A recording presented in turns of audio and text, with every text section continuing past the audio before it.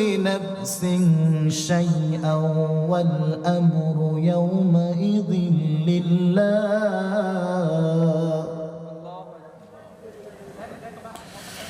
আল্লাহ রাব্বুল আলামিন সেদিনের কথা চিন্তা করো, সেদিনকে ভয় করো যেদিন কারো ক্ষমতা থাকবে না। সেদিন একগুচ্ছ একত্রিতের ক্ষমতার মালিক হচ্ছে আল্লাহ। যেহেতু সে আল্লাহ সুবহানাহু ওয়া তাআলার কাছে ফিরে যেতে হবে, সুতরাং এতদিন যা ছিলাম তওবা করার দরকার আছে না নাই? আল্লাহ রাব্বুল আলামিন বলতেছেন বান্দারে তওবা করো। তওবার শর্ত হচ্ছে, গুনাহ থেকে মুক্ত হওয়ার শর্ত হচ্ছে তিনটি। নাম্বার 1, গুনার কাজকে অনুশোচনা করতে হবে, গুনাহ থেকে ফিরতে হবে। কি করতে হবে? তওবা করতে হবে, সেখান থেকে ফিরতে হবে এবং গুনাহ থেকে ফিরে আসতে হবে। যে গুনাহটা আমরা করতেছি ভবিষ্যতে যদি না হয় এর অনুশোচনা করতে হবে, দেখতে হবে। গুনাহকে এমন ভাবে ঘৃণা করতে হবে যেমন আগুনে নিক্ষেপ হওয়া মানুষ যেমন ঘৃণা করে। হযরত সালামা আনসারী রাদিয়াল্লাহু তাআলা আনহু কেমন তওবা করেছেন দেখেন। বিশ্বনবী জনাবে মুহাম্মদ রাসূলুল্লাহ সাল্লাল্লাহু আলাইহি ওয়াসাল্লাম যুদ্ধের ময়দানে যাবেন। তার বন্ধু ছিল হযরত আব্দুর রহমান রাদিয়াল্লাহু তাআলা। হযরত আব্দুর রহমান রাদিয়াল্লাহু তাআলা যুদ্ধের ময়দানে যাবেন। হযরত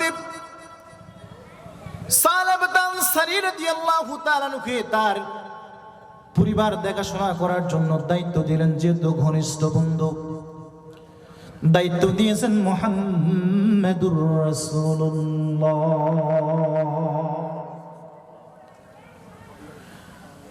হযরত সালামা আনসারী রাদিয়াল্লাহু তাআলা দায়িত্ব পাওয়ার পরে প্রত্যেক দিন বাজার নিয়ে আসে দেয়, কোনদিন পথের লঙ্ঘন হয় নাই। একদিন বন্ধুর স্ত্রী যখন গোসল করতেছিলেন, তাফসীরে মারিফুল কোরআনের মধ্যে এসেছে, যখন গোসল করতে এসেছিলেন, অন্য বর্ণনায় এসেছিলেন তিনি হাত ধরে ফেলছেন। মনের শয়তানটা একটু জেগে উঠেছে, পুরুষাত্মা জেগে উঠেছে। বন্ধুর স্ত্রীর হাতের মধ্যে স্পর্শ করে ফেলছে। অন্য বর্ণনায় এসেছে চোখের মধ্যে চোখ পড়ে গেছে, পলক পড়ে গিয়েছে। সালামা আনসারী রাদিয়াল্লাহু তাআলা আনহু এই গুনাহ যখন হলো তিনি অনুশোচনা করলেন, না হারে এই গুনাহ তো আমি তো সীমা লঙ্ঘন করে ফেললাম। এই গুনাহ আমার কিভাবে মাফ হবে? কেমনে মাফ পাবো? সাহাবায়ে কেরাম মাফ পাওয়ার জন্য কত কষ্ট করে, আমাদের মনে কোনো অনুশোচনা নাই। হযরত সালামা আনসারী রাদিয়াল্লাহু তাআলা আনহু এবার হযরত আবু বকর রাদিয়াল্লাহু তাআলা আনহুর দরবারে চলে গেছেন। যাওয়ার পরে বলতেছেন, আবু বকর, আমার বন্ধু আমাকে দায়িত্ব দিয়েছিল, মুহাম্মদ সাল্লাল্লাহু আলাইহি সাল্লাম আমাকে আমার বন্ধুর পরিবারের দায়িত্ব দিয়ে গেছে, কিন্তু আবু বকর আমি তো একটু দুষ্টামি করে ফেলছি, আমি তো নজর দিয়ে ফেলছি। আমার গুনাহ কি এবার ক্ষমা হবে না? কেমনে আমি মাফ পাবো? আবু বকর রাদিয়াল্লাহু তাআলা নরম মানুষ, যে বলতেছে সালামা আনসারী এই মুহূর্তে আমার দরবার থেকে বের হও, তোমার কোনো মাপ আমার দরবারে নাই। এ সালামা আনসারী বের হও, বের হও, আমার দরবার থেকে চলে যাও। সালামা আনসারী রাদিয়াল্লাহু তাআলা আনহু এবার হযরত ওমরের দরবারে গেলেন।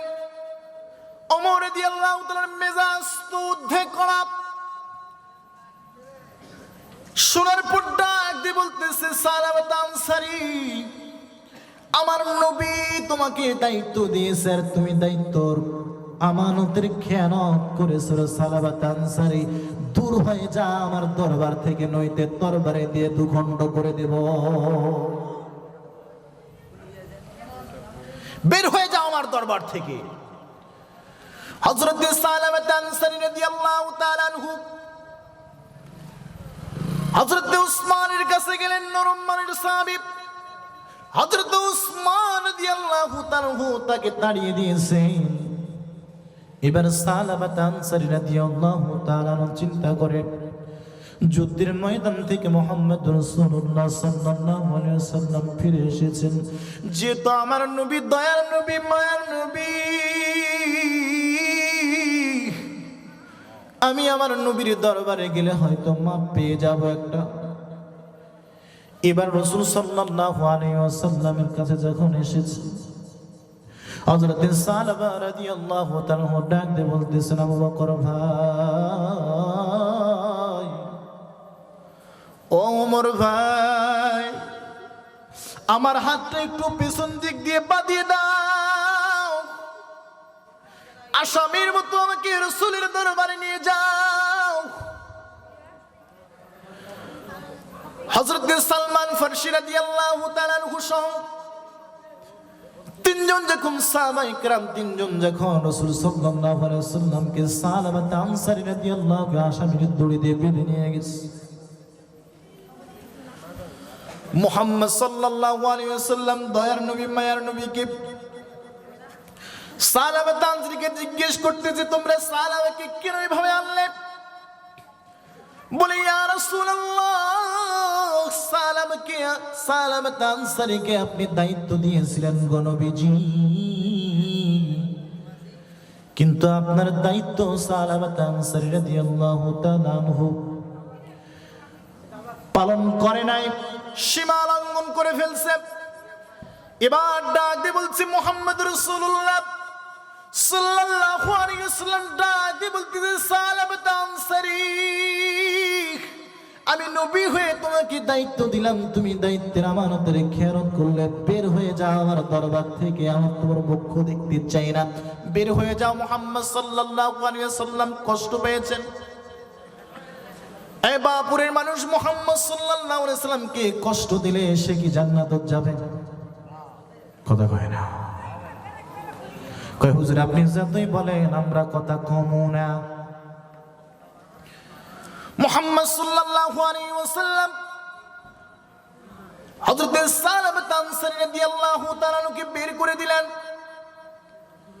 পৃথিবীর সমস্ত দরবার যদি বন্ধ হয়ে যায়, একজনের দরজা খোলা আছে কিয়ামত পর্যন্ত, তিনি কে? আমার আল্লাহ।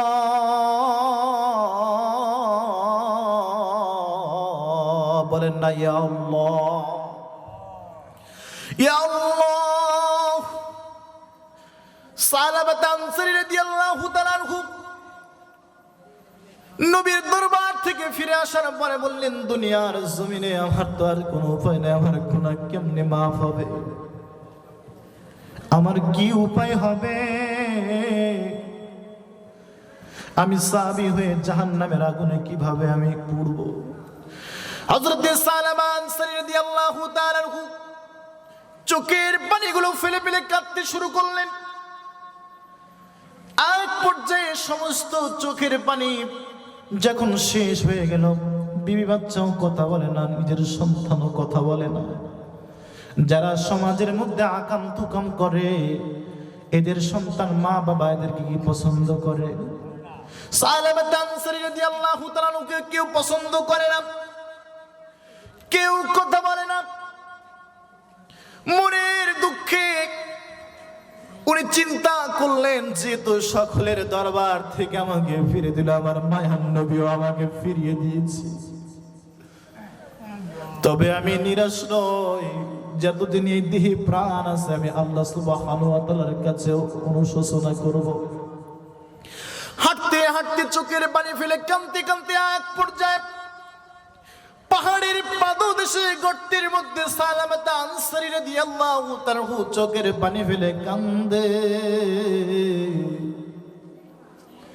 কাঁদতে কাঁদতে কিতাবের মধ্যে বর্ণনা, চোখ দিয়ে সালাবা আনসারী রাদিয়াল্লাহু তাআলা চোখগুলোকে শুকিয়ে যায়, বুকের পাঁজরের হাড় বেড়ে হয়ে গেল,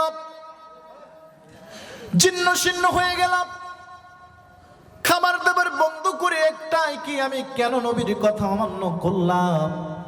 কেন আমার দিনের নবীর কথা অমান্য করলাম, কেন তাকালাম, কেন নজর দিলাম?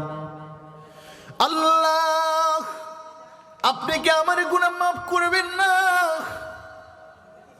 হযরত সালামা আনসারী রাদিয়াল্লাহু তাআলা আনহুকে তাড়িয়ে দেওয়ার পর মুহাম্মদ সাল্লাল্লাহু আলাইহি ওয়াসাল্লাম চোখের পানি ফেলে কান্দে। আবু বকর কান্দে, ওসমান কান্দে, সালমান ফারসি রাদিয়াল্লাহু তাআলা চোখের পানি ফেলে কান্দে। হযরত সালামা আনসারী রাদিয়াল্লাহু তাআলা কাঁদতে কাঁদতে আমার আল্লাহ সুবহানাহু ওয়া তাআলা আয়াত নাযিল করে দিলেন। আল্লাহর পয়গম্বর আলাইহিস সালাতু ওয়াস সালাম এর ডাক দিয়ে বলতেছেন, কোথায় রে আমার সালামা আনসারী রাদিয়াল্লাহু তাআলা? যাও যাও, আমার সালামাকে আমার কাছে আনো। কে কোথায় পাবে? যাও যাও, আমার সালামাকে আমার কাছে আনো। আল্লাহ তার তওবা কবুল করেছেন। হযরত সালামা আনসারী রাদিয়াল্লাহু তাআলা চোখের পানি ফেলে কাঁদতেছে। তিনজন ব্যক্তিকে দায়িত্ব দিলেন, হযরত সালমান ফারসি রাদিয়াল্লাহু তাআলা, হযরত ওমর রাদিয়াল্লাহু তাআলা, হযরত আলী রাদিয়াল্লাহু তাআলা। তিনজন যে কোন খুঁজতে খুঁজতে পাহাড়ের পাদদেশের কিনারের কাছে চলে যায়। দুইজন রাখালকে ডাক দিয়ে বলতেছে, রাখাল ভাই রে, তোমরা কি এমন একজন কান্দনকারী ব্যক্তিকে দেখেছো নাকি? রাখাল ডাক দিয়ে বলে, তোমরা কি ওই কান্দনকারী ব্যক্তির কাছে খন্দান করতেছো নাকি, যে সারাদিন এক পেয়ালা দুধ পান করে আর আমার আল্লাহর কাছে ক্ষমা চায়? তোমরা কি ওই কান্দনকারী ব্যক্তির খবর চাচ্ছ? যাও যাও যাও, অমুক পাহাড়ের পাদদেশের মধ্যে একজন যুবক জীর্ণ শীর্ণ অবস্থায় চোখের পানি ফেলে কাঁদতেছে, যাও। হযরত ওমর রাদিয়াল্লাহু তাআলা চলে গেলেন। হযরত সালমান ফারসি রাদিয়াল্লাহু তাআলা চলে গেলেন। বয়োবৃদ্ধ সাহাবী ডাক দিয়ে বলতে, সালামা আনসারী আসো, আমরা তোমাকে নিতে এসেছি। সালামা ডাক দিয়ে বলেছে, শোনো, আমার সম্পর্কে কোনো আয়াত আসছে নাকি? আমার নবী কি আমাকে মাফ করছে নাকি? লম্বা ঘটনা সংক্ষেপ করে দিলাম যেহেতু সময় নাই। হযরত সালামা আনসারী রাদিয়াল্লাহু তাআলা বললেন, চলো চলো, রাসূল সাল্লাল্লাহু আলাইহি ওয়াসাল্লাম তোমাকে মাফ করে দিয়েছেন, আল্লাহ তোমার তওবা কবুল করেছে। হযরত সালামা বলেন, না, বিশ্বাস করি না। বলে, চলো রাসূলের দরবারে যাই। যাইতে যাইতে রাত্রি যখন গভীর হয়ে যায়, হযরতে বেলাল আযান দিয়ে দিস, ফজর হয়ে গেল রে। সালামা আনসারী মসজিদে নববীর মধ্যে চলে গেলেন। ফজরের নামাজের মধ্যে আমার নবীজি নামাজ আদায় করতেছেন। প্রথম রাকাত নামাজের মধ্যে নবী সাব্বিহিসমা রাব্বিকাল আ'লাল্লাযী খালাকা ফাসাওয়া সূরা শেষ করার পর দ্বিতীয় রাকাতে পয়গম্বর আলাইহিস সালাতু ওয়াস সালাম সূরাতুত তাকাসুর যখন তেলাওয়াত করেছে, হযরত সালামা আনসারী রাদিয়াল্লাহু তাআলা আনহু সূরা তাকাসুরের জাহান্নামের বর্ণনা আর নিয়ামতের ভঙ্গ করার বর্ণনা যখন এক পর্যায়ে শুনতে শুরু করলাম, শরীরটা অনেক দুর্বল ছিল। তওবা করতে করতে মনটা বড় অনেক নরম হয়ে গেছে আমার আল্লাহর কাছে কাঁদতে কাঁদতে। শরীরে রক্ত শূন্য হয়ে গেছে। আমার নবী যখন তেলাওয়াত করতে করতে এক পর্যায়ে, কাল্লা লাউ তা'লামুনা ইলমাল ইয়াকিন, আল্লাহু আকবার, লাতারাবুন্নাল জাহিম,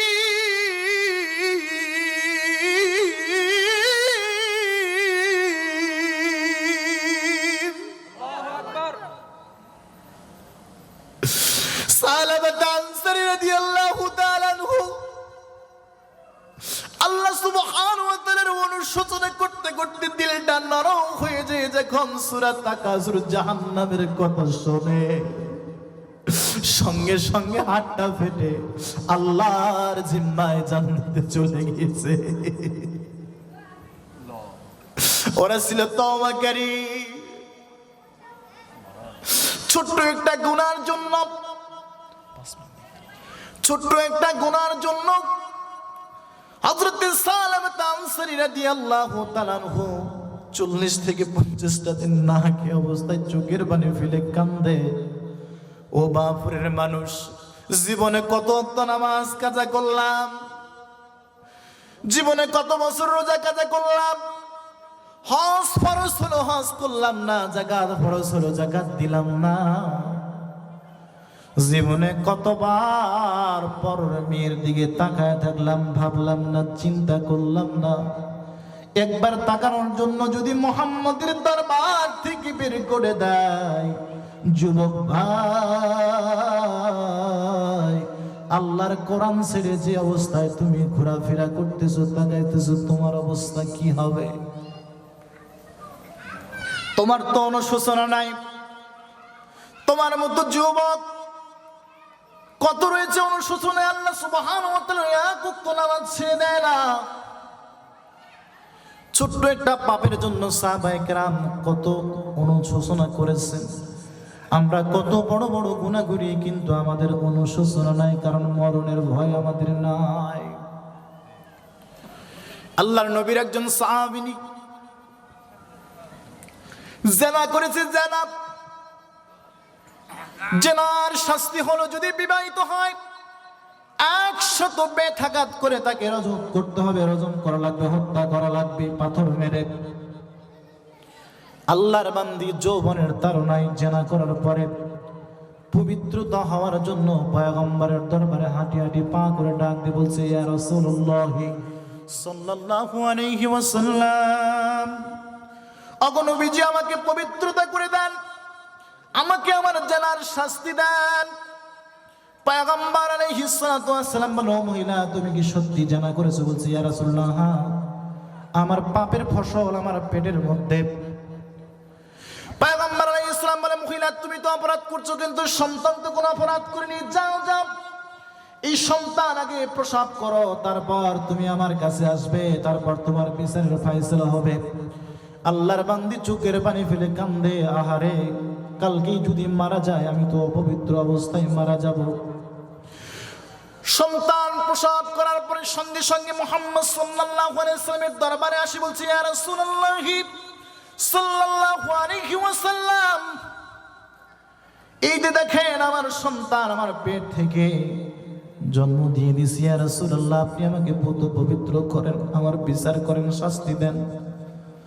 পয়গম্বর ডাক দিয়ে বলে, মহিলা, আগে 2.5 বছর সন্তানকে দুধ পান করাও। যখন তোমার সন্তান বাইরের খাবার শিখবে, তখন তুমি আমার কাছে এসো।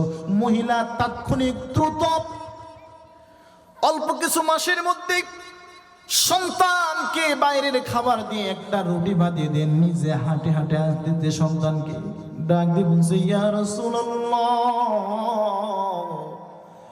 নবী গো, তাকায় দেখেন আমার সন্তান বাইরের খাবার খায়, রুটি তার হাতে। ইয়া রাসূলুল্লাহ, আপনি আমাকে হত্যা করেন, বিচার করেন। সাহাবায়ে কেরাম কে ডাকানোর পরে পয়গম্বর আলাইহিস সালাতু ওয়াস সালাম বলেন, মারো, কে পুঁতে মাত্র মারো। এক পর্যায়ে পাথর মারতে শুরু করলেন। মহিলার এক ফোঁটা রক্ত একজন সাহাবায়ে কেরামের জুব্বার মধ্যে যখন এসে যায়, সাহাবী ভর্ৎসনা করে বলে, পাপের রক্ত, জিনাকারিনীর রক্ত আমার শরীরে লাগলো রে। পয়গম্বর ডাক দিয়ে বলে, খবরদার, পাপী বলো না, ভর্ৎসনা করো না, জিনাকারিনী বলো না, বলো তওবাকারিনী।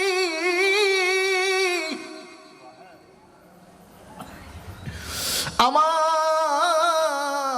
এই সাহাবী আল্লাহর বান্দি এমন তওবা করছে রে সাহাবী, গোটা উম্মতকে যদি তওবা ভাগ করে দেয়, সকলের তওবা কবুল হয়ে আল্লাহর জান্নাতে চলে যাবে সবাই, এমন তওবা করছে। সুতরাং আমাদেরকে তওবা করতে হবে, যেন যে গুনাহ থেকে তওবা করব সেটাতে আর কোনোদিন ফিরে যাব না। আল্লাহ সুবহানাহু ওয়া তাআলা আমাদের প্রত্যেককে তৌফিক দান করুক। ওয়া আখিরু দাওয়ানা আলহামদুলিল্লাহি রাব্বিল আলামিন। আসসালামু আলাইকুম ওয়া রাহমাতুল্লাহ। সম্মানিত উপস্থিতি, সকলে আমার জন্য আলহামদুলিল্লাহি নাহমাদুহু ওয়া নাস্তাইনুহু ওয়া নাস্তাগফির ونعوذ بالله من شرور أنفسنا ومن سيئات أعمالنا ونشهد أن لا إله إلا الله وحده لا شريك له ونشهد أن سيدنا ومولانا محمدا عبده ورسوله الذي أرسله بالحق بشيرا ونذيرا وداعيا إلى الله بإذنه وسراجا منيرا فقد قال الله تعالى في كلامه المجيد وفي فرقانه الحميد أعوذ بالله من الشيطان الرجيم بسم الله الرحمن الرحيم قل إن كنتم تحبون الله فاتبعوني يحببكم الله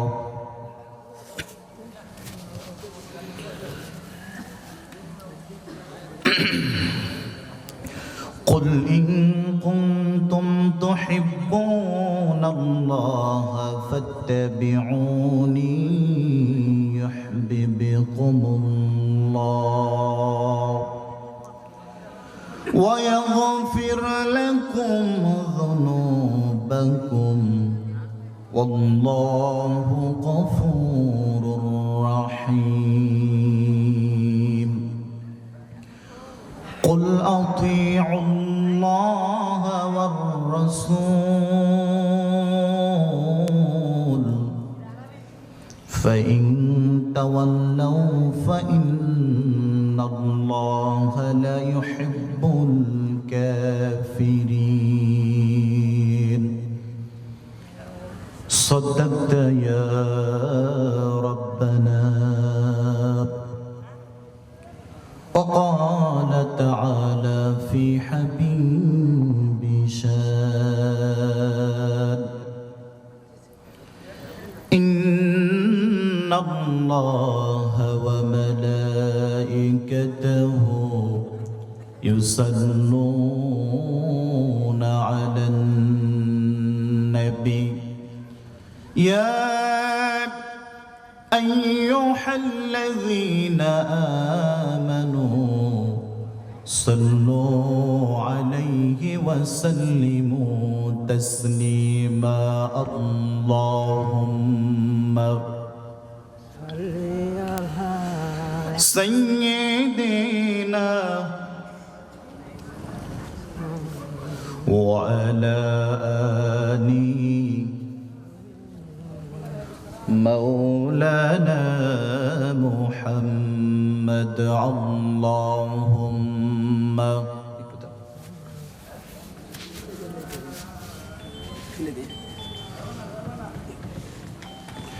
وعلى آله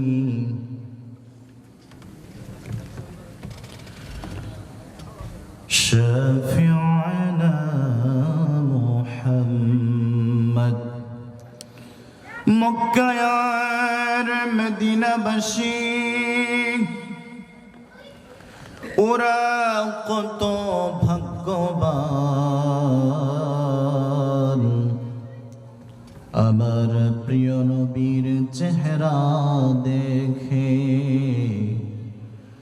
কত কাফের হইল মুসলমান। আল্লাহুম্মা একটু সামনে বসলে ভালো হতো না?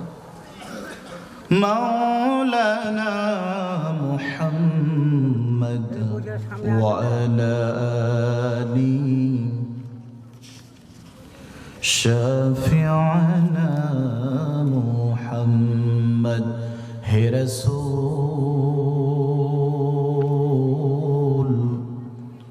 তুমি যে আমার হৃদয় বাগের বুলবুল, তোমারি প্রেমের গভীর সোয়, তোমারি প্রেমের গভীর সোয়, তাই তো হয়েছি ব্যাকুল হৃদয় বাগের বুলবুল। আল্লাহুম্মা সাইয়্যিদিনা ওয়া আলা আলি শাফি'ানা। যে মানুষ মানুষের বেদনায় কেঁদেছিল জীবন মদিনায়,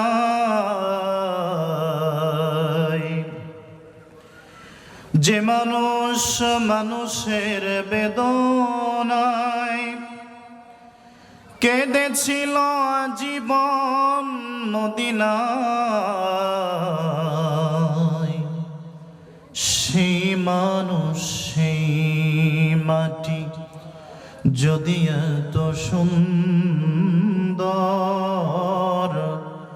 না জানি তাহলে তুমি কত সুন্দর, তুমি কত সুন্দর। বালাগাল উলাবি কাশফাত তুজাবি حسنت جميع خصاله صلوا عليه।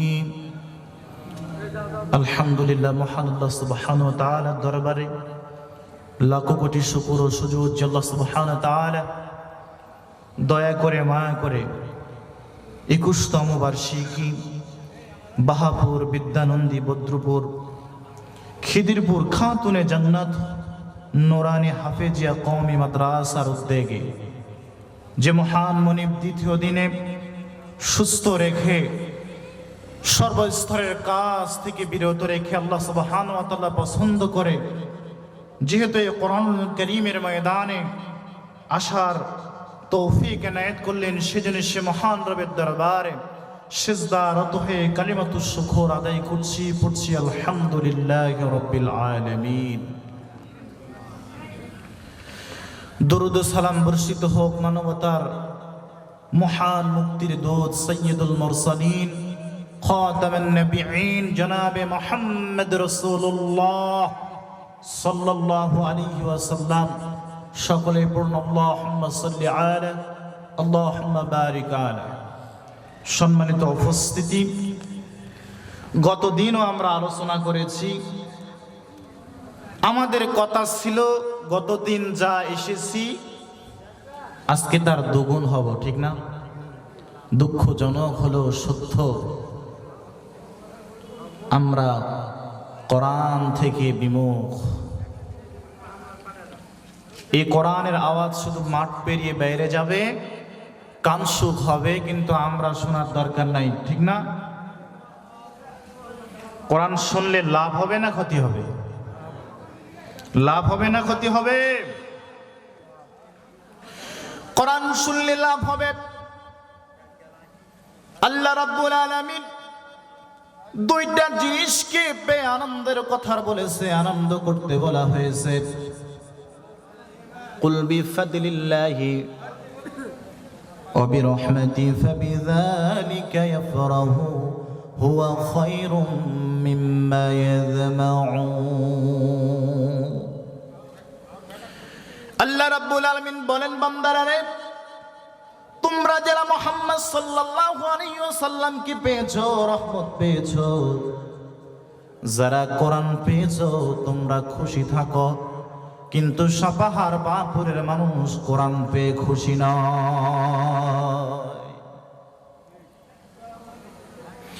কোরআন পেয়ে যদি খুশি হতাম, লক্ষ লক্ষ টাকা খরচ করে মাদ্রাসা বানানোর পর, কোরআনের তালিম দেওয়ার পর, হাফেজে কোরআন বানানোর পর, যেখানে কোরআন নামের মজমা হয়, কোরআন তেলাওয়াত করা হয়, কোরআন শিক্ষা দেওয়া হয়, কোরআনের তাফসীর করা হয়, কোরআনের দাস দেওয়া হয়, কোরআনের নীতিমালা বর্ণনা করা হয়, সেখানে ভরপুর মানুষ থাকার কথা ছিল। সুতরাং এটা আমরা মেনে নিতে পারি নাই। এরা হলো আবু জেহেলের বংশধর। কোরআন যারা শোনে না এরা কারা? কথা কয় না। কোরআন যারা শোনে না এরা কারা? আবু জেহেলের বেতাত্তা। যারা কোরআন শোনে না, যারা কোরআন বুঝতে চায় না, কোরআনের অপমানিত করে, কোরআন শুনতে গেলে হট্টগোল করে, কোরআন থেকে বিমুখ হয়ে মাঠে বাজারে ঘাটে দৌড়ে বেড়ায়, আল্লাহ সুবহানাহু ওয়া তাআলা পয়গম্বর আলাইহিস সালাতু ওয়াস সালাম তাদের বিরুদ্ধে কিয়ামতের ময়দানে মামলা দায়ের করবে। কি মামলা? যে সমস্ত ব্যক্তি এই কোরআনুল কারীমকে অপমাননা করেছে, কোরআন থেকে বিমুখ হয়ে গিয়েছে, কোরআন থেকে দূরে চলে গেছে, এই কোরআনটা কোনোদিন ছুঁয়েও দেখে নাই, পড়ে নাই, আলমারির মধ্যে রেখে দিয়েছে, কাল কিয়ামতের ময়দানে পয়গম্বর আলাইহিস সালাতু ওয়াস সালাম ডাক দিয়ে বলবে, ইয়া রব। সেই মামলা যখন তিনি দিবেন, মামলার ইজাহারে কি হবে?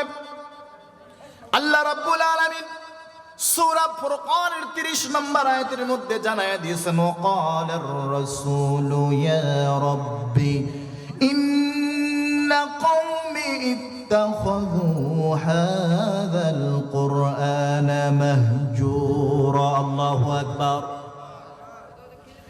পয়গম্বর আলাইহিস সালাতু ওয়াস সালাম সেদিন বলবেন, না ইয়া রব।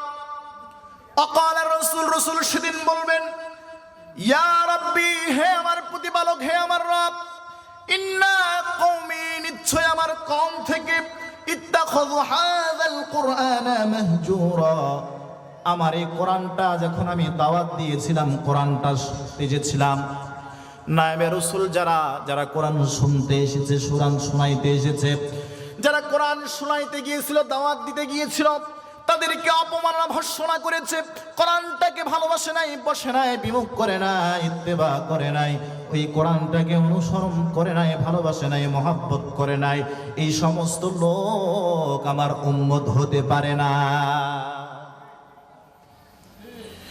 অসাপাহারের মানুষেরা, পয়গম্বর আলাইহিস সালাতু ওয়াস সালাম যদি কারো বিরুদ্ধে মামলা দায়ের করে, বলেন আপনার কোন পীর আপনাকে বাঁচাবে, কোন নেতা আপনাকে বাঁচাবে, আপনার কোন বাবা বাঁচাবে? কোন নেতা কেতা সিরা তেনা বানা কেউ বাঁচাতে পারবে না। গতদিন বলেছিলাম, কোরআনুল কারীম পয়গম্বর আলাইহিস সালাতু ওয়াস সালাম বলেন, যে ব্যক্তি কোরআনকে পাঠ করে, কোরআনকে মহব্বত করে, কোরআনটাকে বোঝার চেষ্টা করে এবং হালাল এবং হারাম মেনে চলে, কোরআনুল কারীম সুপারিশ করে তাকে জান্নাতের পথ পর্যন্ত পৌঁছায় দিবে। যারা কোরআনটাকে বিমুখ হয়, কোরআনটাকে পিছনের রাস্তা ধরে, পিছন দিকে ধরে, ভালোবাসে না, মহব্বত করে না, একে যে বোঝার চেষ্টা করে না, কোরআনুল কারীম পয়গম্বর আলাইহিস সালাতু ওয়াস সালাম আবার বলেন, যারা কোরআনকে মহব্বত করে নাই, ভালোবাসে নাই, শোনে নাই, পয়গম্বর আলাইহিস সালাতু ওয়াস সালাম বলেন, কোরআন তাদেরকেও জাহান্নামের রাস্তায় পৌঁছায় দিবে। বলেন, মুক্তির একটা পয়গাম আল্লাহ রাব্বুল আলামিন পাঠাইছেন, তার নাম জোরে বলেন কোরআনুল কারীম।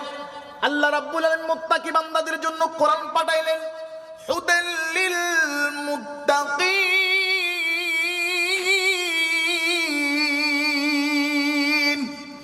মুত্তাকিদের জন্য এটা পথ প্রদর্শক। হাযা বায়ানুল লিন্নাস,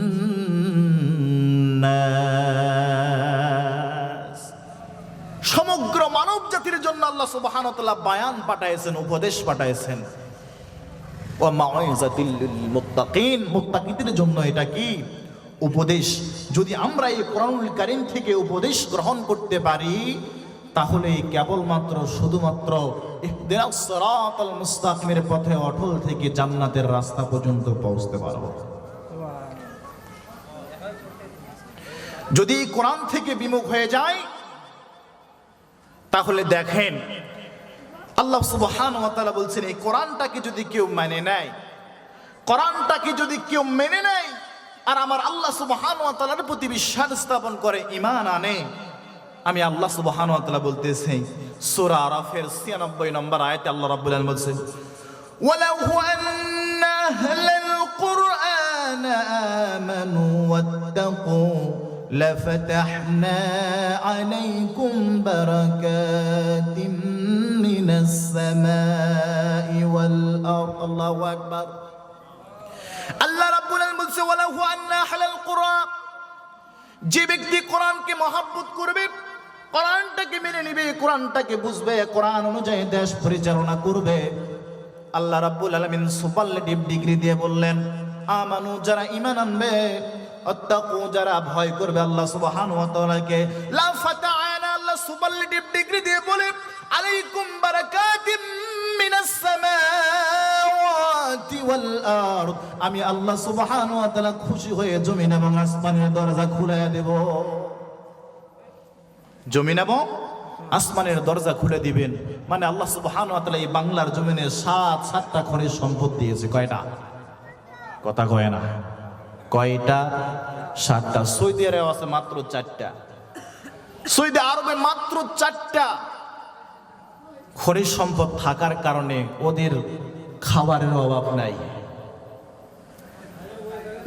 ওদের খাবারের অভাব নাই।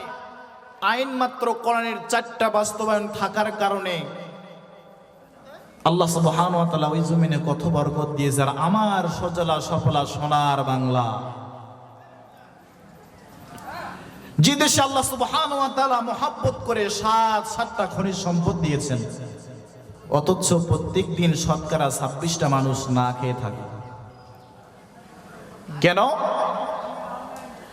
এদেশের জমিনে আল্লাহ সুবহানাহু ওয়া তাআলা রহমত হিসাবে জমিনটা দিয়েছেন, এত সুজলা সফলা শস্য শ্যামলা, যে পৃথিবীর মধ্যে কোনো কান্ট্রি, কোনো দেশ নাই যে এত আবাদ পানি হয়।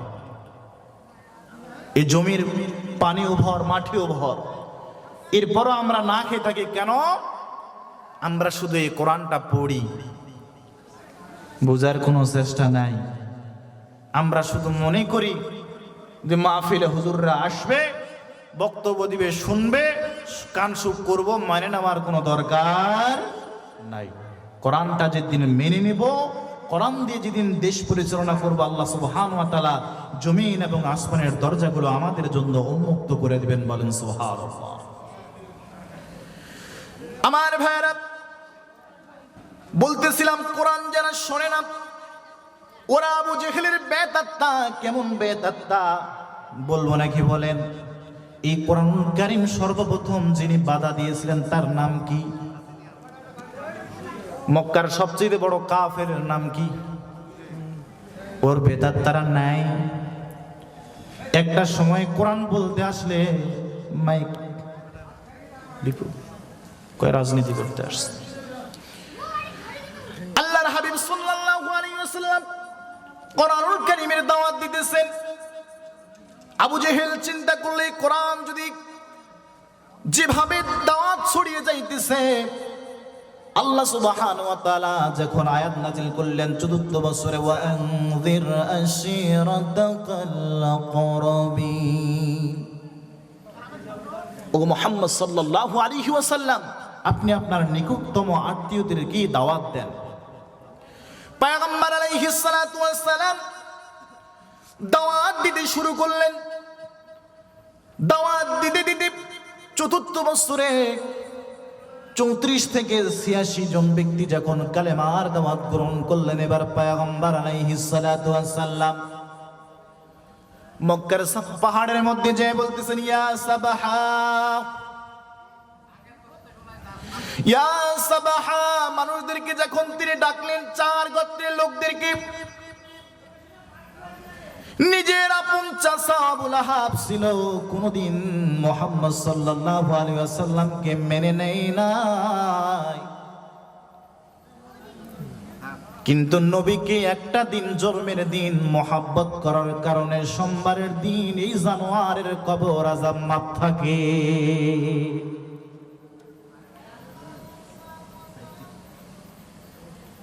পয়গম্বর আলাইহিস সালাতু ওয়াস সালাম যখন মানুষকে ডাক দিলেন, 4টা বছর ধরে তিনি কোনদিন দেব দেবীর বিরুদ্ধে বলে নাই, কোনদিন তাদের বিরুদ্ধে আচরণ করে নাই। গোপনে গোপনে পয়গম্বর আলাইহিস সালাতু ওয়াস সালাম যখন দাওয়াত দিতেছিলেন, এবার সমস্ত লোক যখন, 4 গোত্রের লোক যখন একত্রিত হয়ে গেল, এবার মুহাম্মদ সাল্লাল্লাহু আলাইহি ওয়াসাল্লাম ডাক দিয়ে বলতেছে, ও মক্কার মানুষেরা, ইয়া আইয়ুহান নাস কুলু লা ইলাহা ইল্লাল্লাহ, আল্লাহু আকবার। তোমরা যে 33 কোটি দেবতার পূজা করো, তোমরা যারা ভাগ্য নির্ধারণ করো, এমন মুক্তি বানাও, নিজেরাই যাদেরকে বানিয়ে নিজের ভাগ্যের পরিবর্তনের কথা বলো, যারা তোমরা দেব দেবীকে 33 কোটি দেব দেবীর পূজা করো, লাত উজ্জার পূজা করো, ভগবতীর পূজা করো, দুর্গার পূজা করো, গণেশের পূজা করো, সরস্বতীর পূজা করো, একটাও তোমাদের কেউ তোমাদের ভাগ্য পরিবর্তন করতে পারে না, রিজিক দিতে পারে না, তোমাদেরকে আশ্রয় দিতে পারে না, নিরাপত্তা দিতে পারে না। একজন যিনি আছেন, বলেন লা ইলাহা ইল্লাল্লাহ, আল্লাহ ছাড়া কোনো ইলাহা নাই। এবার আবু লাহাব খেপে গেল, ডাক দিয়ে বলতেছে, মুহাম্মদ সাল্লাল্লাহু আলাইহি ওয়াসাল্লাম, এতদিন জানতাম যে তুমি গোপনে গোপনে নতুন ধর্ম প্রকাশ করতেছো, কোনদিন আমাদের লাত উজ্জা মানতের বিরুদ্ধে তুমি বলো নাই, আমাদের দেবতার বিরুদ্ধে বলো নাই, এতদিন তোমাকেও কিছু করা হয় নাই। তবে আজকে যেহেতু বললে, হে মুহাম্মদ তুমি ধ্বংস হও, এই বলে একটা পাথর নিক্ষেপ করলো, আমার আল্লাহ সুবহানাহু ওয়া তাআলা সঙ্গে সঙ্গে সহ্য না করে হাবিবকে যদি কেউ কষ্ট দেয়, তাহলে সেই কষ্ট আল্লাহ রাব্বুল আলামিনের কাছে চলে যায়। আল্লাহ রাব্বুল আলামিন বলছেন, তাব্বাত ইয়াদা আবি লাহাবিন ওয়া তাব, আবু লাহাব তুই ধ্বংস হ, তোর বংশ ধ্বংস, তোর হাত ধ্বংস, তোর স্ত্রী ধ্বংস। সুতরাং নবীকে মহব্বত করার দরকার আছে না নাই? কথা কয় না, আছে না নাই? কেমন মহব্বত করেন, দরুদের আওয়াজই তো আমি বুঝে গেছি।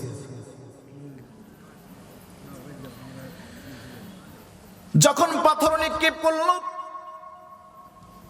মুহাম্মদ সাল্লাল্লাহু আলাইহি ওয়াসাল্লাম সমস্ত বিদ্রোহচারণকে বিদ্রোহ করে এবার প্রকাশ্যে দাওয়াত যখন দিতে শুরু করেছে, আবু জাহেল চিন্তা করতে, আরে মুহাম্মদের ধর্ম তো এইভাবে বন্ধ করা যাবে না, এবার তো সংসদের মধ্যে আইন পাস করতে হবে। দারুন আর বৈঠকের মধ্যে ওরা বসে গেল, এবার বললো, এবার একটা সমাবেশ ডাকলো, কাবার উত্তর কর্নারে একটা লম্বা পাথরের উপর ডাক দিয়ে আবু জেহেল বলতেছে, আল্লাহ রাব্বুল আলামিন বলতেছেন, আবু জেহেল কোরআনের বিরুদ্ধে তুমি যে ষড়যন্ত্র করেছিলে, কোরআনের বিরুদ্ধাচরণ করেছিলে, কোরআন থেকে বিমুখ হয়ে গিয়েছিল, আবু জেহেল শোনো, পৃথিবীতে তুমি একদিন থাকবে না, কিন্তু তোমার বেদাত তারা কিন্তু যুগে যুগে যুগে যুগে যুগে যুগে আসতেই থাকবে, ওরা কোরআনের বিরুদ্ধাচরণ করবে। সুতরাং তোমাকে, ওই লোকগুলোকে উম্মতে মুহাম্মাদীকে জানানোর জন্য তুমি সেদিন কোরআনের বিরুদ্ধে বলে টিকতে যেহেতু পারো নাই, আমি আল্লাহ সুবহানাহু ওয়া তাআলা কোরআনকে যেহেতু হেফাজতের দায়িত্ব নিয়েছি, সর্ব উম্মতকে তোমার কথাটা জানার দরকার আছে না নাই? বলবো। আল্লাহ রাব্বুল আলামিন কোরআনুল কারীমের কোট করে দিলেন যেহেতু আবু জেহেল একদিন থাকবে না, কিন্তু তার বেদাতরা আসবে। আমার আল্লাহ সুবহানাহু ওয়া তাআলা একটা আয়াতের মধ্যে নাজিল করে দিলেন, ওয়াকালাল্লাযীনা কাফারু লা তাসমাউ লিহাযাল কুরআন। আল্লাহ রাব্বুল আলামিন বলছেন আসমা ইশারা দিয়ে, ওয়াকালাল্লাযীনা কাফারু, সেদিন কাফেররা বলেছিল, আবু জেহেল বলছিল, লা তাসমাউ, শুনতে যেও না এই কোরআনটা। কোনটা? আসমা ইশারা দিয়ে বলতেছে এই কোরআনটা তোমরা শুনতে যেও না, এই কোরআনটা তোমরা শোনো না, কারণ এই কোরআনটা মানুষের ভাগ্য পরিবর্তন করে দেয়। এই কোরআনের আওয়াজ যদি, দাওয়াত যদি পেয়ে যায়, তোমরা দিন পরিবর্তন হয়ে যায়, মানুষ আলোর দিকে আসে। সূরা ইব্রাহিমের মধ্যে আল্লাহ সুবহানাহু ওয়া তাআলা বলেন, মিনাজ যুলুমাতি ইলান নূর, সমস্ত অন্ধকার ভেদ করে এই কোরআনুল কারীমের নূর মানুষকে আলোর দিকে বের করে আনে। সুবহানাল্লাহ বলবেন না? সুবহানাল্লাহ। যেহেতু কোরআন মানুষকে আলোর পথে বের করে আনে, মুক্তির পথে বের করে আনে, সুতরাং আবু জেহেল বলতেছে, লা তাসমাউ, এই কোরআনটা তোমরা শ্রবণ করো না, শোনো না। মানুষের মনে প্রশ্ন আসলো, আবু জেহেল, এই ঘরটা কার? বলে রব্বে কারীমের ঘর। কোরআনটা কার? আল্লাহর। তাহলে আল্লাহর ঘরটা যদি সেই ঘরের ইবাদত আমরা তো করি, ফালইয়াবুদু রাব্ব হাযাল বাইত। কোন ঘরের ইবাদত আমরা করি? ফালইয়াবুদু রাব্ব হাযাল বাইত। ও আবু জেহেল, কারণ সমাবেশে যদি কথা বলে দুই শ্রেণীর মানুষই সেখানে থাকে। বাংলাদেশের মধ্যে যদি বিএনপি সমাবেশ ডাকে, সেখানে শুধু বিএনপির লোক থাকে নাকি? না ভিন্ন দলের লোক থাকে? যে তারা কি বলতেছে শোনার দরকার আছে না নাই? আল্লাহ রাব্বুল আলামিন ওই সমাবেশের মধ্যে ভিন্ন শ্রেণীর লোক দিয়ে বললো, আবু জেহেল রে শোন, তুমি না বলছো এই ঘর হচ্ছে রব্বে কারীমের ঘর, এই কাবা ঘর যদি রবের হয়, তাহলে মুহাম্মদ সাল্লাল্লাহু আলাইহি ওয়াসাল্লাম তো কোরআনের দাওয়াত দিছে, কেন সেটা শুনবো না? আবু জেহেল এবার তাৎক্ষণিক জবাব দিয়ে বলছে, ওয়াল গাউ ফীহি লাআল্লাকুম তাগলিবুন।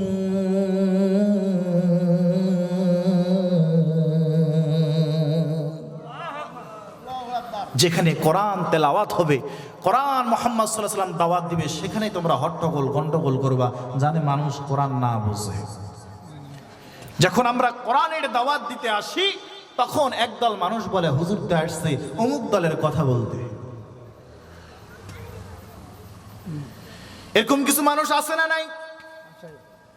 জবাব দিবেন না?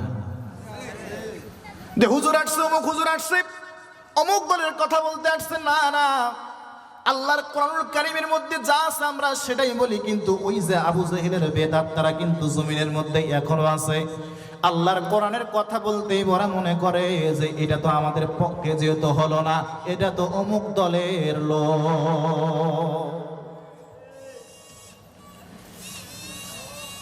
সবাই যে কোন ষড়যন্ত্র শুরু করলো, আমি প্রথমে বলছিলাম রাসূল সাল্লাল্লাহু আলাইহি ওয়াসাল্লামকে মহব্বত করলে একজন কাট্টা কাফের মুশরিক বেঈমান, যিনি আমার সবচেয়ে বেশি মুহাম্মদ সাল্লাল্লাহু আলাইহি ওয়াসাল্লামকে কষ্ট দিয়েছে, এই আবু লাহাবের কবরে সোমবারে করে কবর আযাব হয় না। ইমাম সাখাবী রাহমাতুল্লাহি আলাইহি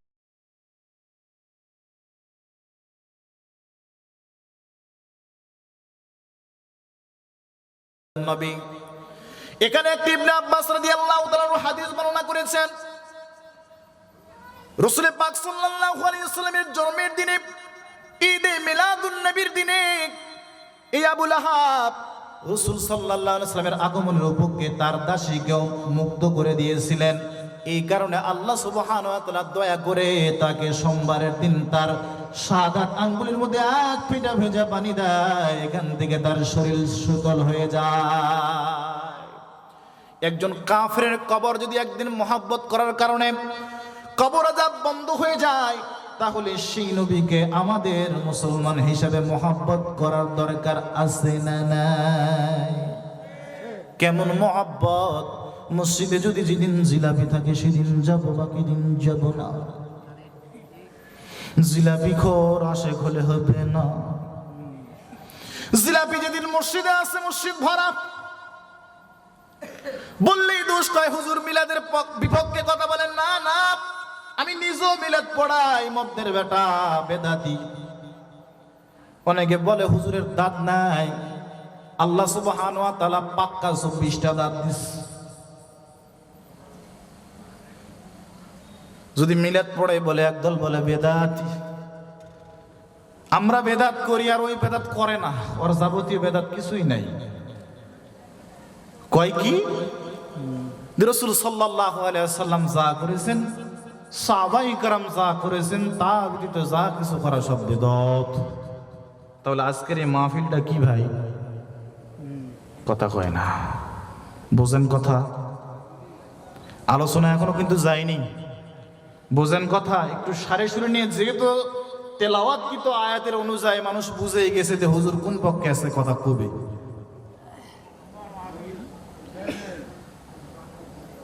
আল্লাহ রাব্বুল আলামিন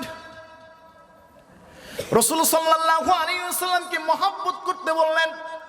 যখন সমস্ত কাফের বেঈমান বেদুইনরা, যারা ঈসা আলাইহিস সালাতু ওয়াস সালামের ধর্মের পাগল, তারা তাকে মহব্বত করতে শুরু করলো, ইত্তেবা করতে শুরু করলো, অনুকরণ করতে শুরু করলো। যারা মুসা আলাইহিস সালাতু ওয়াস সালামের ধর্ম অনুসরণ করতে লাগলেন, তারা কিন্তু তাদেরকে মহব্বত করতে লাগলো। এবার আল্লাহ সুবহানাহু ওয়া তাআলা সমস্ত ধর্মকে রহিত করে দিয়ে আল্লাহ রাব্বুল আলামিন নাযিল করলেন, কুল ইন কুনতুম তুহিব্বুনাল্লাহ।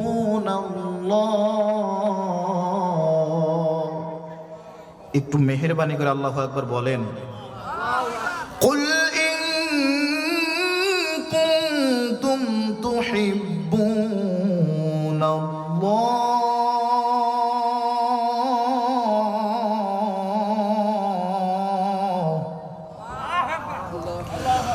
قل إن كنتم تحبون الله فاتبعوني يحببكم الله।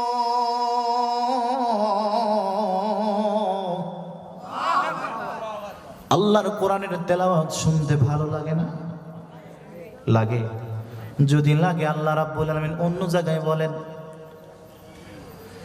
যদি কোরআন শুনে হৃদয়টা থরথর করে কাঁপতে লাগে, মুমিনের হৃদয়টা থরথর করে যখন কাঁদে, এক পর্যায়ে কোরআনের তেলাওয়াত শুনতে শুনতে মুমিন আল্লাহ সুবহানাহু ওয়া তাআলাকে তাওয়াক্কুল করে ফেলে, তখন মুমিনের হৃদয়টা আল্লাহ রাব্বুল আলামিন প্রশস্ত করে দেয়। আর কোরআন শুনলে মুনাফিক কাফের বেঈমানের হৃদয় থরথর থরথর থরথর করে সংকোচ হয়ে কাঁপে, ছোট হয়। মুমিনের হয় বড় প্রশস্ত, কাফের বেঈমান মুশরিকদের হয় কি? ছোট সংকোচ। কুল ইন কুনতুম তুহিব্বুনাল্লাহ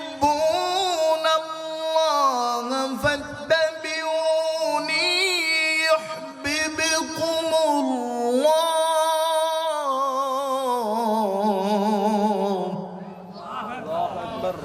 নবী গো, কুল আপনি বলেন, ইন কুনতুম তুহিব্বুনাল্লাহ।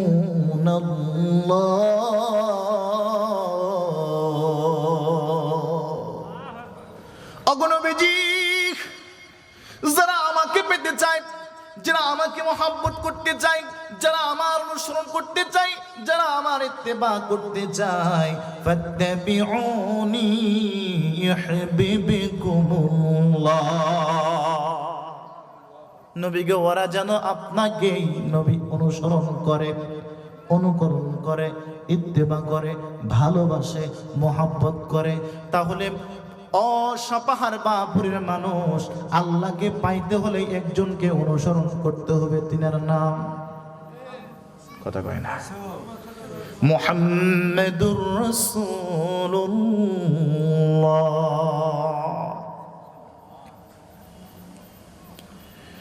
আল্লাহ বলে, হাবিব, যদি ওরা আমাকে পাই যাইতে চাই, আমার রবের ঠিকানায় আসতে চাই, অনুকরণ করতে চাই, ভালোবাসতে চাই, মহব্বত করতে চাই। নবী গো,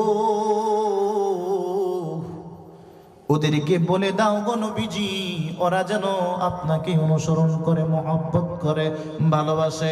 ওগো নবীজি, ওরা যদি আপনাকে ভালোবাসে, মহব্বত করে, আমি আল্লাহ সুবহানাহু ওয়া তাআলা আমি বলে দিলাম ওদেরকে দুইটা পুরস্কার, দুইটা নিয়ামত কিন্তু দিয়ে দিব। কি নিয়ামত জানার দরকার আছে না নাই? একটু আস্তে আস্তে করে সামনের দিকে বাড়ান। আল্লাহ সুবহানাহু ওয়া তাআলা 5 শতাধিক বছর জান্নাত আগায়া দিবে।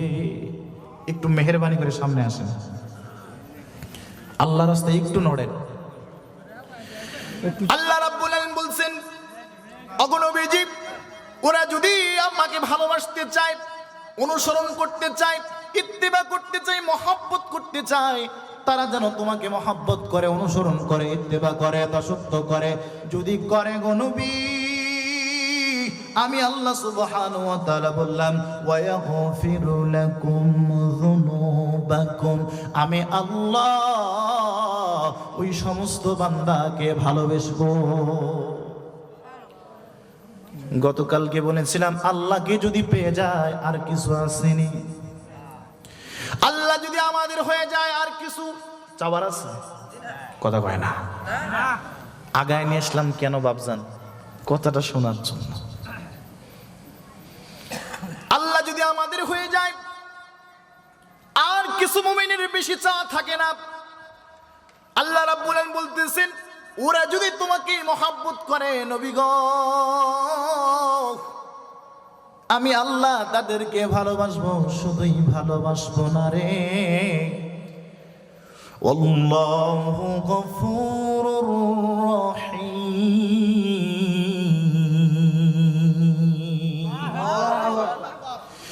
আমার আল্লাহর 3টা নামের সিফত এখানে এসেছে, আল্লাহু গফুরুর রহিম।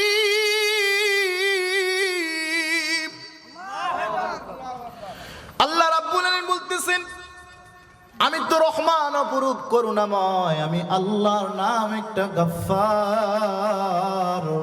এই গফফার নামের সিফত দিয়ে আমি তাদেরকে মাফ করে দেব। সুবহানাল্লাহ। হে রাসূল, বলেন আমার সঙ্গে, হে রাসূল, তোমায় ভালোবাসি, অন্তরে শুধু মুখে নয়, জান্নাত পাওয়ার আশায় নয়। হে রাসূল, জাহান্নাম কেউ ডরে নয়। বলেন, হে রাসূল, তোমায় ভালোবাসি, অন্তরে শুধু মুখে নয়, জান্নাত পাওয়ার আশায় নয়। হে রাসূল, জাহান্নাম কেউ ডরে নয়। তোমায় পাওয়ার আশায়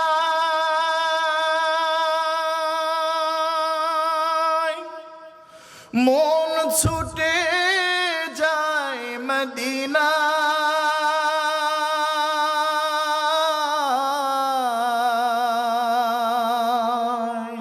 মদিনা যেতে চাই না।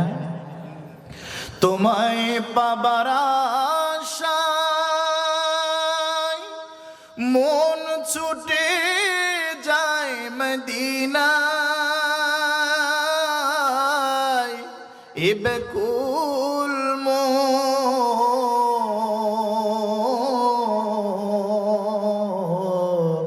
খুঁজে ফিরে যায় রোজায়। বলেন, হে রাসূল, তোমায় ভালোবাসি, অন্তরে শুধু মুখে নয়,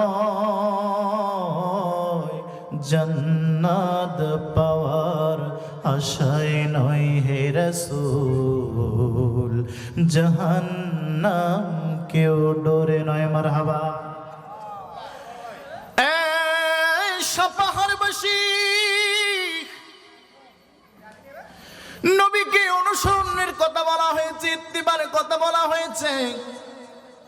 আমার আল্লাহ রাব্বুল আলামিন বলে, যারা আমার নবীকে ভালোবাসো রে, আমি আল্লাহ তোমাদেরকেও ভালোবাসবো। শুধু ভালোবাসবো না, আমি তোদের জীবনের সারা জীবনের গুনাহগুলো মাফ করে দিব। যারা রাসূল সাল্লাল্লাহু আলাইহি ওয়াসাল্লামকে অনুসরণ করে না, ইত্তেবা করে না, আল্লাহ রাব্বুল আলামিন প্রায় 41টি আয়াতের মধ্যে ওয়াতিউল্লাহ ওয়াতিউর রাসূল, যেখানে আমার আল্লাহ রাব্বুল আলামিনের অনুকরণের কথা বলা হয়েছে, সেখানে রাসূল সাল্লাল্লাহু আলাইহি ওয়াসাল্লামের অনুকরণের কথা বলা হয়েছে। আমার আল্লাহ রাব্বুল আলামিন বলতেছেন, কুল আতিউল্লাহ ওয়ার রাসূল। আল্লাহু আকবার। কুল বলো, তোমরা আল্লাহকে যারা অনুসরণ করতে চাও, তারা মুহাম্মদ সাল্লাল্লাহু আলাইহি ওয়াসাল্লামকে অনুসরণ করো। যদি না করো, আল্লাহ রাব্বুল আলামিন বলতেছেন, ফাইন তাওয়াল্লাউ ফাইন্নাল্লাহা লা ইউহিব্বুল কাফিরিন।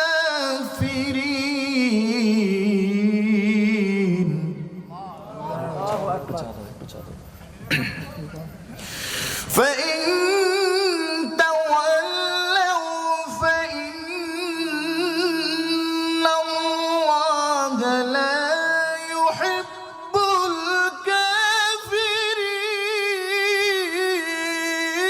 الكافرين।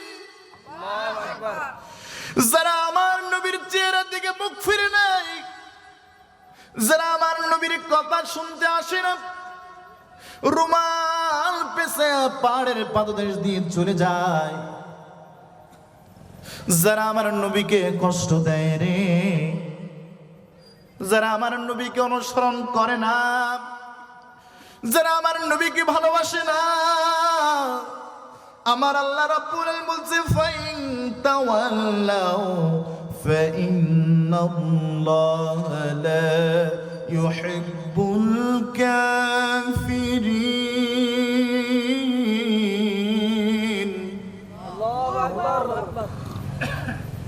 আমার আল্লাহ রাব্বুল আলামিন বললেন, যারা আমার নবীর অনুসরণ থেকে মুখ ফিরিয়ে নেয়, যারা আমার নবীকে ভালোবাসে না, ওই সমস্ত কাফের বেঈমান মুশরিকের বাচ্চাকেও আমার আল্লাহ বলেন, আমিও তাদেরকে মহব্বত করি না, ভালোবাসি না। আল্লাহকে পাইতে হলে কি করতে হবে? কথা কয় না, শুধু ভালোবাসা। আমি কি শুধু ভালোবাসার কথা বলছি? ভালো তো কাফেররাও বেশি ছিল। নবীর চাচা আবু তালেব ভালোবাসে নাই? সমস্ত দুনিয়ার ভালোবাসা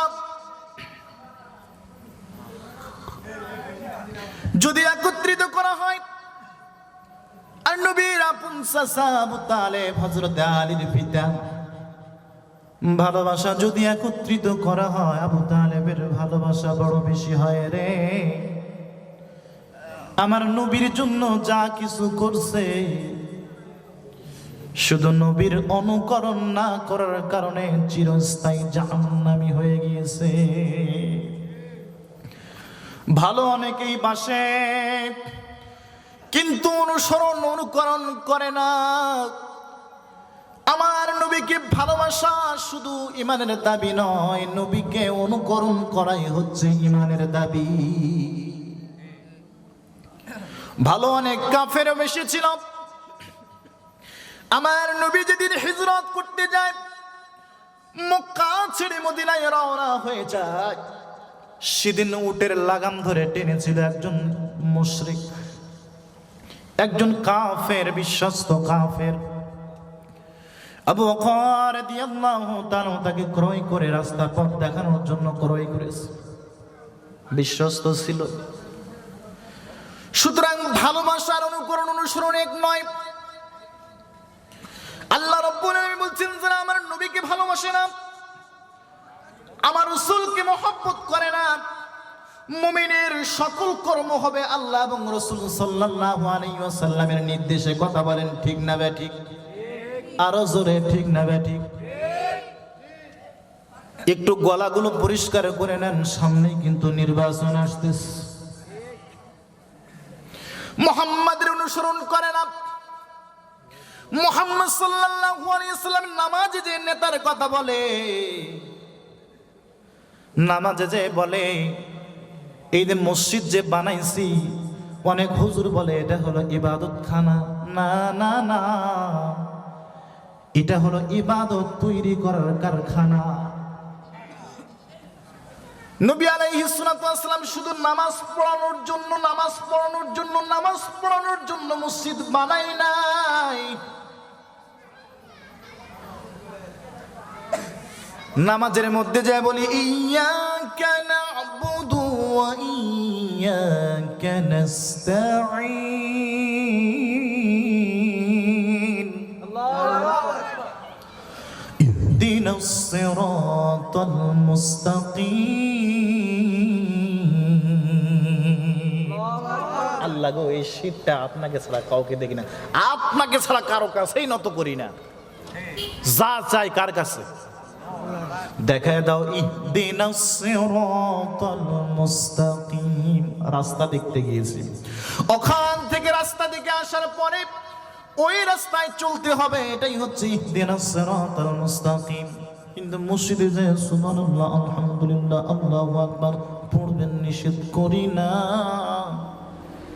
কিন্তু যেটা ওয়াদা দিলেন ওই ওয়াদা ঠিক করা ঈমানের দাবি। আমার নবীর মহব্বত করতে হবে, অনুসরণ করতে হবে, ইত্তেবা করতে হবে। রাসূল সাল্লাল্লাহু আলাইহি ওয়াসাল্লামের প্রত্যেকটা কাজকে অনুসরণ করতে হবে। আল্লাহ রাব্বুল আলামিন বলতেছেন, কুল আতিউল্লাহ ওয়া আতিউর রাসূল।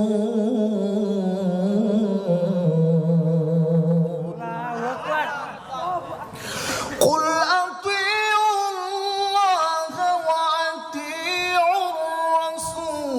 فإن تولوا فإنما عليه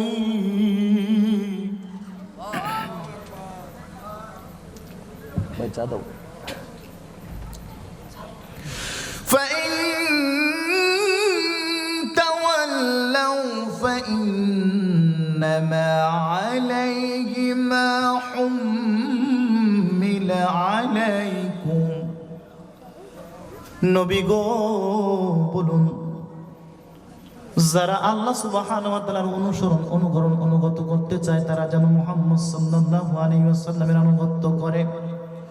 তারপর যদি আপনার দিক থেকে কেউ মুখ ফিরিয়ে নেয়, অগণবিজি সে শুধু আপনার অর্পিত দায়িত্ব থেকে মুখ ফিরিয়ে নেয় নাই, বরং রবের দায়িত্ব সে থেকে মুখ ফিরিয়ে নিল। মানে আল্লাহ সুবহানাহু ওয়া তাআলার দিক থেকে কি করছে?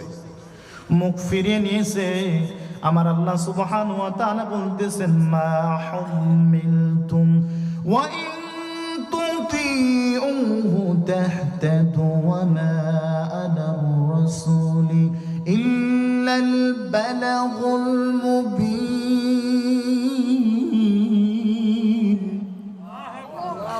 আল্লাহ রাব্বুল আলামিন বলেন, আর যদি তোমরা তার আনুগত্য করো তোমরা হেদায়েত প্রাপ্ত হবে। যদি মুহাম্মদ সাল্লাল্লাহু আলাইহি ওয়াসাল্লামের আনুগত্য হও তাহলে কি পাবো?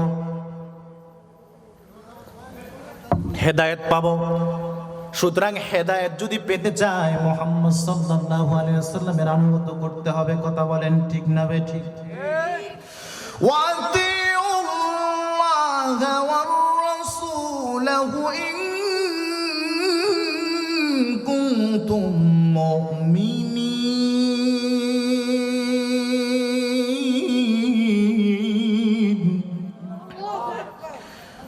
আমার আল্লাহ সুবহানাহু ওয়া তাআলা বলে, যদি তোমরা মুমিন হও। কি কি হও?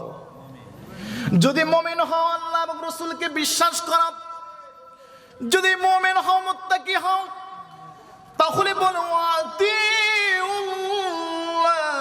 ওয়ার রাসূল। তাহলে আল্লাহ এবং আল্লাহ রাসূল সাল্লাল্লাহু আলাইহি ওয়াসাল্লামের আনুগত্য করো। কার আনুগত্য? এই মুসলমান বাপজান, মেহেরবানি করে আস্তে কথা বলবেন না। কার আনুগত্য করতে হবে? কথা কি বুঝতেছেন? কথা কি বুঝতেছেন? কয় হুজুর আসছি ওয়াজ শুনতে, ওয়াজ করেন না কেন? আসছি কি শুনতে? ওয়াজ শুনতে, ওয়াজ করি না। কারণ কোরআন তো বুঝি না, মানি না, পড়িও না, এর আশপাশও যাই না। কোরআন কারীমের মধ্যে যদি মহব্বত আসে, কোরআনকে যদি অনুসরণ করে, মুহাম্মদ সাল্লাল্লাহু আলাইহি সাল্লামকে যদি আনুগত্য করে, তাহলে ওই ব্যক্তি জিরো থেকে হিরো হয়। তার চাক্ষুষ প্রমাণ হযরতে ওমর ফারুক রাদিয়াল্লাহু তাআলা সেই জামানার সময় 33টা দেশের প্রেসিডেন্ট ছিলেন। বলেন সুবহানাল্লাহ। যেই ওমর রাদিয়াল্লাহু তাআলা আনহু ইসলাম কবুল করার আগে উনি বলতেন, যখন আমি ছাগল, গরু, ভেড়া চড়াইতাম, উটগুলো চড়াইতাম, আমার চুলের মধ্যে দেখা যাইতেছে যে ছাগলের লাদি পাওয়া যায়। কি পাওয়া যায়? লাদি। যে লোকের চেহারার মধ্যে উস্কো খুস্কো চুলের মধ্যে লাদি পাওয়া যায়, ওকে কেউ ভালোবাসবে? কেউ নেতা মানবে? কিন্তু মুহাম্মদ সাল্লাল্লাহু আলাইহি ওয়াসাল্লামের দ্বীনকে কবুল করার জন্য, এই কোরআনুল কারীমকে অনুকরণ করার কারণে, আল্লাহ পাকের প্রতি বিশ্বস্ত ঈমান আনার কারণে আমার আল্লাহ সুবহানাহু ওয়া তাআলা অর্ধ পৃথিবীর প্রেসিডেন্ট বানায়া দিয়েছে। ও মুসলমান, এই কোরআনকে মহব্বত করার দরকার আছে না নাই? রাসূল সাল্লাল্লাহু আলাইহি ওয়াসাল্লামকে অনুকরণ করার দরকার আছে না নাই? কেমন অনুকরণ করতেন? আমার আল্লাহ সুবহানাহু ওয়া তাআলা বলতেছেন, নবী গো, প্রত্যেকটা কাজের ক্ষেত্রে আপনাকে অনুসরণ করতে হবে, অনুকরণ করতে হবে। আমি আল্লাহ সুবহানাহু ওয়া তাআলা বলে দিলাম। এবার পয়গম্বর আলাইহিস সালাতু ওয়াস সালাম ডাক দিয়ে বলে, যে ব্যক্তি আমাকে আমার অনুসরণ করতে চায়, আল্লাহ বললেন, যদি কোনো ব্যক্তি আমাকে পেতে চায়, অনুকরণ করতে চায়, মহব্বত করতে চায়, সে যেন মুহাম্মদ সাল্লাল্লাহু আলাইহি ওয়াসাল্লামকে অনুকরণ করে, অনুসরণ করে, আনুগত্য করে। মুহাম্মদ মুস্তাফা সাল্লাল্লাহু আলাইহি ওয়াসাল্লাম ডাক দিয়ে বলে, উম্মতেরা রে, তোমরা যদি আমাকে অনুসরণ করতে চাও, অনুকরণ করতে চাও, মহব্বত করতে চাও, তাহলে তোমরা আমার সুন্নাহকে তোমাদের সাবলের দাঁড় ধরে শক্ত করে ধরো।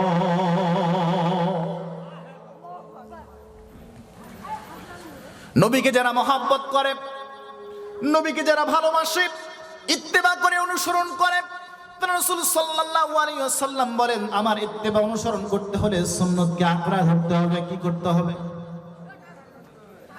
সুন্নত মানেই শুধু আমরা বুঝি মাঝে মধ্যে একটু মিসওয়াক করা, কথা কয় না, তাই না? এটা বুঝি না আমরা। সুন্নত মানে হুজুর, খাবারের শেষে একটু মিষ্টি না থাকলে কেমন হয়? কারণ আমরা আরো খাইতে চাই, সুন্নতের অনুসরণ করতে চাই না। ভাই একটু আজানটা হয়ে যাবে।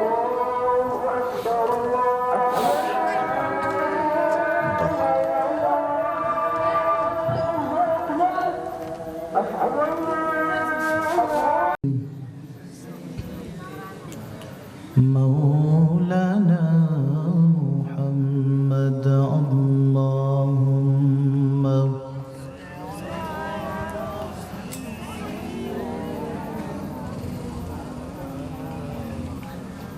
وعلى آله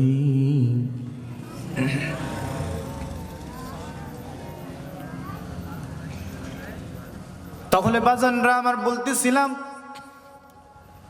যদি কেউ ব্যক্তি আল্লাহকে পেতে চায়, মহব্বত করতে চায়, অনুসরণ করতে চায়, তাহলে মুহাম্মদ সাল্লাল্লাহু আলাইহি ওয়াসাল্লামকে তাকে অনুসরণ করতে হবে, অনুকরণ করতে হবে।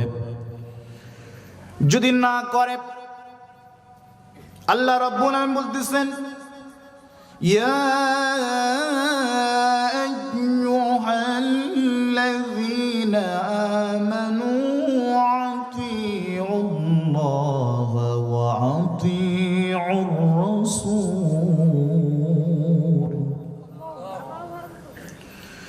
ওয়া লা তুবতিলু আমালাকুম।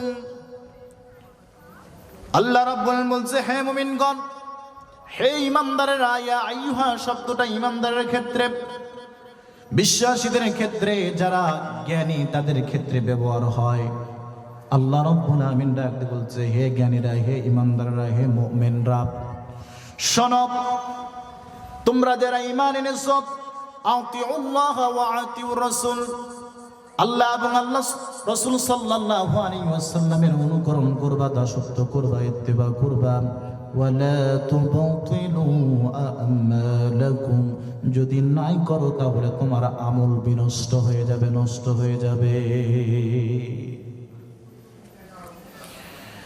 নবী আলাইহিস সালাতু ওয়াস সালাম ডাক দিয়ে বলেন, সাহাবায়ে কেরাম, যারা আমাকে মহব্বত করতে চায়, অনুসরণ করতে চায়, মহব্বত করতে চায়, ভালোবাসতে চায়, তারা যেন আমার সুন্নতকে আঁকড়ে ধরে। ভালোবেসেছিলেন, মহব্বত করেছিলেন সাহাবায়ে কেরাম। ও বাপজান, দিলের কানটা একটু লাগান। সাহাবায়ে কেরাম রাসূল সাল্লাল্লাহু আলাইহি ওয়াসাল্লামকে কেমন অনুসরণ করতেন, কেমন মহব্বত করতেন, কেমন আমার নবীজি আলাইহিস সালাতু ওয়াস সালামকে ভালোবাসতেন। সাহাবীর নাম সাদ সালামি রাদিয়াল্লাহু তাআলা আনহু, যার ডাক নাম আমরা জানি আসওয়াদ। কি নাম? আসওয়াদ রাদিয়াল্লাহু তাআলা।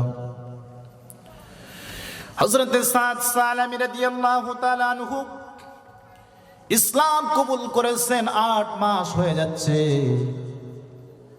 নবীর প্রত্যেকটা সুন্নত তিনি আদায় করেছেন। একটা সুন্নত হচ্ছে তিনি বিবাহ করবে, রাসূল সাল্লাল্লাহু আলাইহি ওয়াসাল্লামের জিন্দেগিতে বিবাহ করেছেন। নবী করিম সাল্লাল্লাহু আলাইহি ওয়াসাল্লাম বলেছেন, তোমরা বিবাহ করো। হযরত সাদ সালামি রাদিয়াল্লাহু তাআলা আনহু গোটা মদিনার জমিনে খোঁজে, কেউ তাকে মেয়ে দিতে চায় না। সাদ সালামি রাদিয়াল্লাহু তাআলার মনে বড় ভয়, না জানি একটা সুন্নতের কারণে আমি জাহান্নামী হয়ে যাই, না জানি একটা সুন্নতের জন্য আমি পিছিয়ে পড়ে যাই, কিয়ামতের ময়দানে আমার কি অবস্থা হবে। কারণ পয়গম্বর আলাইহিস সালাতু ওয়াস সালাম বলেন, যে ব্যক্তি বিয়ে করেছে তার দিন পরিপূর্ণ হয়েছে। হযরত সাদ সালামি রাদিয়াল্লাহু তাআলা চিন্তায় পড়ে চোখের পানি ফেলে হাওমা হাওমা করে চিৎকার করে কাঁদে। 8 মাস হয়ে গেছে মদিনার জমিনে।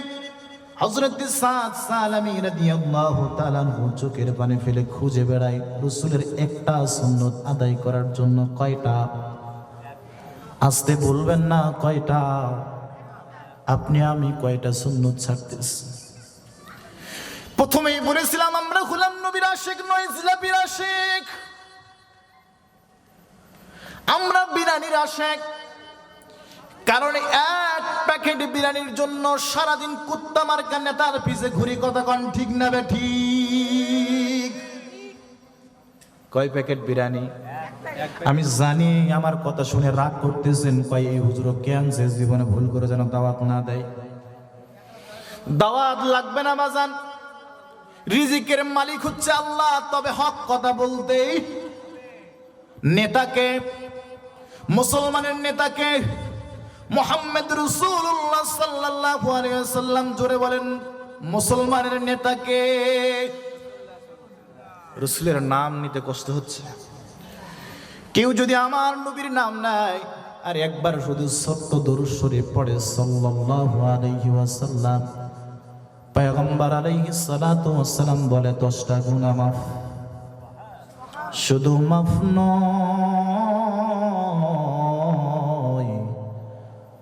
ওই বান্দার প্রতি 10টা রহমত আমার আল্লাহ সুবহানাহু ওয়া তাআলা নাজিল করে দেয়। আমরা হলাম বিরিয়ানির আশেক, আমরা জিলাপির আশেক। সাহাবায়ে কেরাম ছিলেন সত্যিকারের আশেক। নবীর সাহাবী সাদ সালামী রাদিয়াল্লাহু তাআলা আনহু রাস্তার কিনারে বসে চোখের পানি ফেলে চিৎকার মেরে কাঁদে, আল্লাহ, না জানি একটা সুন্নতের কারণে, না জানি একটা সুন্নত ছুটে যাবার কারণে কিয়ামতের ময়দানে আমার কি হবে, কি হবে, কি হবে।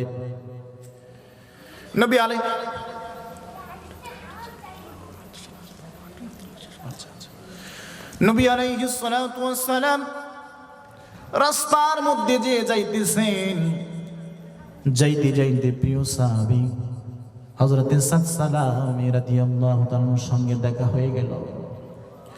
নবী ডাক দিয়ে বলে, সাদ,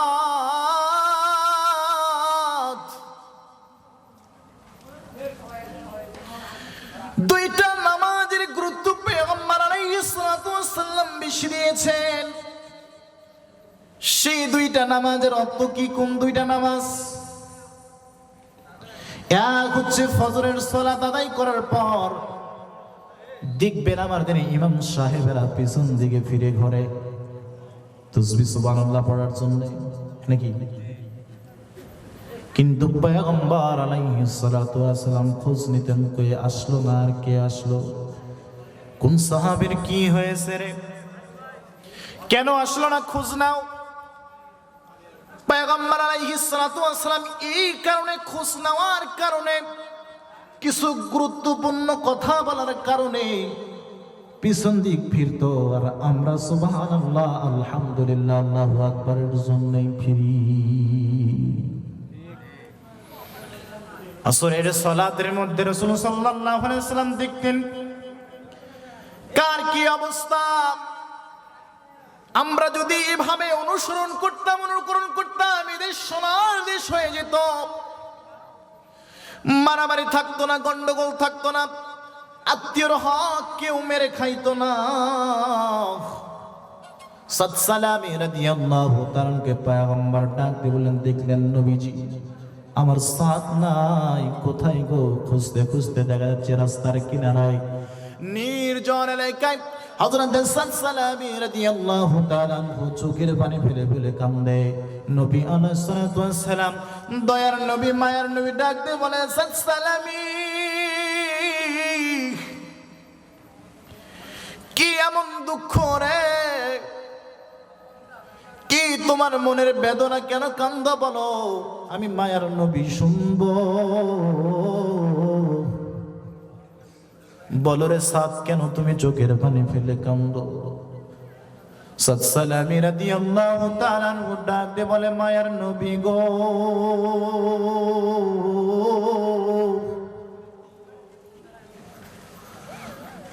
আজকে 8 মাস হয়েছে নবীজি,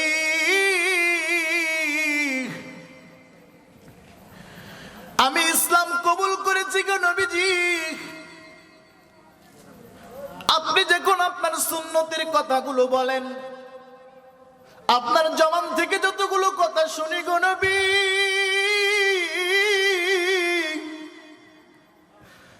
আমি সাদ অন্তরের ভিতর থেকে মেনে নেই। ইমানের দাবি হলো সামি'না ওয়া আতানা, শুনলাম সঙ্গে সঙ্গে মেনে নিলাম। অগমায়ের নবীজি, আপনার প্রত্যেকটা সুন্নত আমি অন্তরে অন্তরে, বিশ্বাসে বিশ্বাসে আমার দেহে প্রত্যেকটা সুন্নতকে আনার চেষ্টা করি গো নবী। প্রত্যেকটা সুন্নত আমি মেনে চলি। ইয়া রাসূলুল্লাহ সাল্লাল্লাহু আলাইহি ওয়াসাল্লাম, দীর্ঘ 8 মাস হয়ে গেল নবী গো,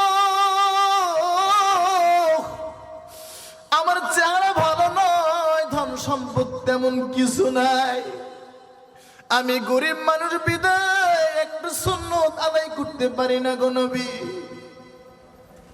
ইয়া রাসূলুল্লাহ, বিয়ে করা সুন্নতের কথা আপনি বলেছেন নবী গো, এই কারণে আমি চোখের পানি বলে কান্দি নবী গো। দীর্ঘ 8টা মাস হয়ে গেল ইয়া রাসূলুল্লাহ, আমি বিবাহ করতে পারি নাই। আমার ভয় হয় যে একটা সুন্নতের জন্য যদি আল্লাহ সুবহানাহু ওয়া তাআলা আমাকে আটকায় দেয়। মায়ার নবী, দয়ার নবী, গোটা জগতের রহমতের নবী ছোট্ট একটা চিঠি লিখে সাদ সালামি রাদিয়াল্লাহু তাআলা আনহু ডাক দিয়ে বলে, সাদ সালামি, যা যা মদিনার সবচেয়ে বড় লোক আমর ইবনে ওয়াহাবের মেয়ে, মদিনার হুর যাকে বলা হয় রে, আমি নবী বললাম তার সঙ্গে তোকে বিয়ে দিয়ে দিলাম, চিঠিটা নিয়ে যা। কি করছেন?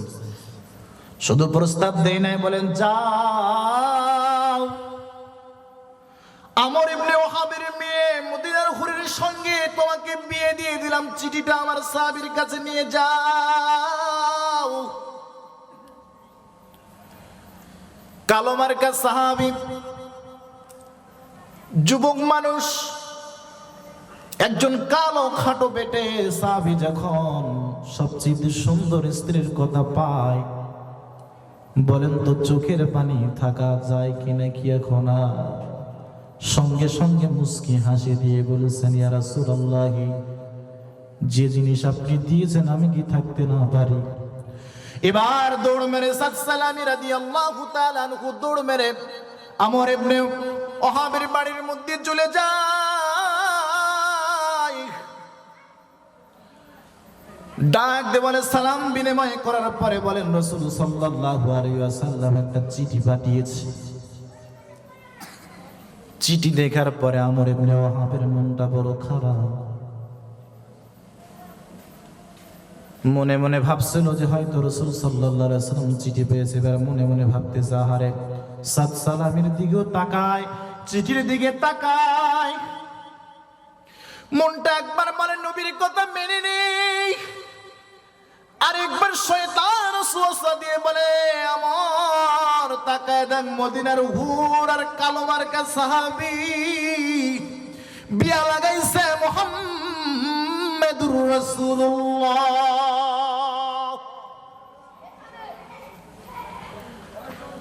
সাহাবীর মন তো চায় রাসূলের কথা মেনে নেই, তবে মেয়ের কথাও চিন্তার দরকার আছে না নাই? বিয়ের ক্ষেত্রে মেয়ের পারমিশন নেওয়ার দরকার আছে না নাই? নজর করে দিবেন। এবার আমর ইবনে ওয়াহাব ডাক দিয়ে বলছে, সাদ সালামি, যাও, আমি একটু আমার স্ত্রীর সাথে পরামর্শ করে তোমাকে জানাইতেছি।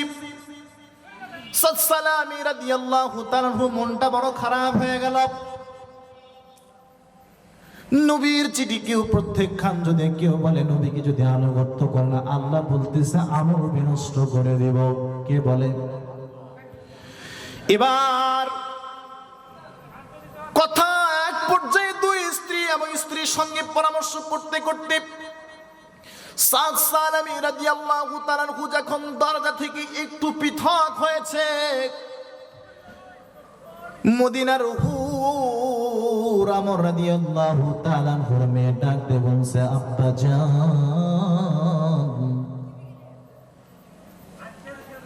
নবীর একজন সাহাবায়ে কেরাম এসেছিল, কি কথা বললেন?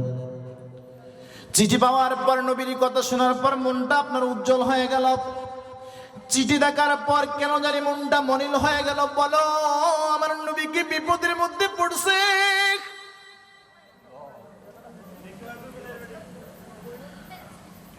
ও পিতা, বলো বলো বলো, আমার নবীর চিঠির মধ্যে কি লেখা রয়েছে বলো। আমর ইবনে ওয়াহাব ডাক দিয়ে বলতেছে, মা গো, সাত সালামের সঙ্গে তোমার বিবাহের প্রস্তাব পয়গম্বর আলাইহিস সালাতু ওয়াস সালাম দিয়েছি। বলে আব্বা জান আপনি কি বললেন? যুবকটা অনেক আনন্দের মধ্যে আসলো, হাসি খুশি হয়ে অবস্থায় আসলো। যাওয়ার সময় আমি দেখলাম আড়াল থেকে মনটা বড় ভারী। বলে মা রে আমি তো তোমার দিকে দেখে না খোঁজ করেছি। প্রস্তাব দিয়েছে কে? রহমাতুল লিল আলামিন। ও বাবা, যাকে অনুসরণ অনুকরণ করা ঈমানের দাবি, যেই নবীকে নিজের জীবনের চাইতে ভালোবাসা ঈমানের দাবি, যেই নবীকে নিজের প্রাণের চাইতে মহব্বত করা আল্লাহ সুবহানাহু ওয়া তাআলা প্রকৃত মুমিনের বৈশিষ্ট্য দিয়েছেন, সেই নবীকে ফেরার মতো সাহস আপনার কিভাবে হলো? আমি আমার নবীর মহব্বতে বিয়েতে রাজি হয়ে গেলাম। আমর ইবনে ওয়াহাব রাদিয়াল্লাহু তাআলা আনহু বিয়ের আয়োজন করলেন। 600 দিরহাম মোহরানা হয়ে গেল, কিন্তু সাত সালামের কাছে তো টাকা নেই। টাকার জন্য তো কেউ বিয়ে দেয় না। ও আমার বাপজানেরা, পয়গম্বর আলাইহিস সালাতু ওয়াস সালাম বলেছেন কোন ব্যক্তি যদি দিনদার হয় মেয়েটা তাকে দিয়ে দাও।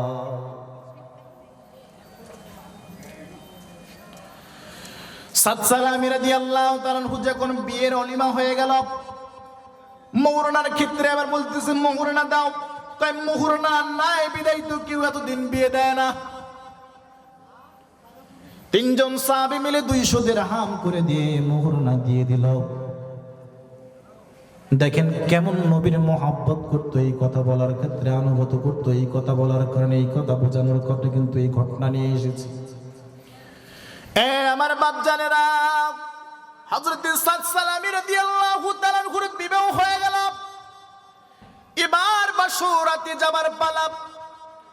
বাসরাতে যেতে হলে বউকে সাজানো যেহেতু সুন্নত, এবার সাদ সালামি রাদিয়াল্লাহু তাআলা আনহু মদিনার বাজারে গিয়েছে। বউর কেনাকাটা কেনার পরে, অলিমা কেনা করার পরে কে যেন খবর দিয়েছে রে, মুহাম্মদ সাল্লাল্লাহু আলাইহি ওয়াসাল্লাম জিহাদের ময়দানে অবস্থান করতেছে। গতকালকে বলেছিলাম সাহাবায়ে কেরাম জিজ্ঞেস করলেন, ইয়া রাসূলুল্লাহ, ইসলামের মধ্যে কোন ইবাদত সবচেয়ে আল্লাহর কাছে প্রিয়? পয়গম্বর আলাইহিস সালাতু ওয়াস সালাম বলেন, ওয়াক্তাতুল সালাত, ওয়াক্ত মতো নামাজ আদায় করা। দ্বিতীয় নম্বর সাহাবায়ে কেরাম জিজ্ঞেস করেন, ইয়া রাসূলুল্লাহ এরপর কি গো? পয়গম্বর ডাক দিয়ে বলে, ওয়া বিওয়ালিদাই, পিতামাতার খেদমত করা। এরপর কি ইয়া রাসূলুল্লাহ? বলে ফি সাবিলিল্লাহ,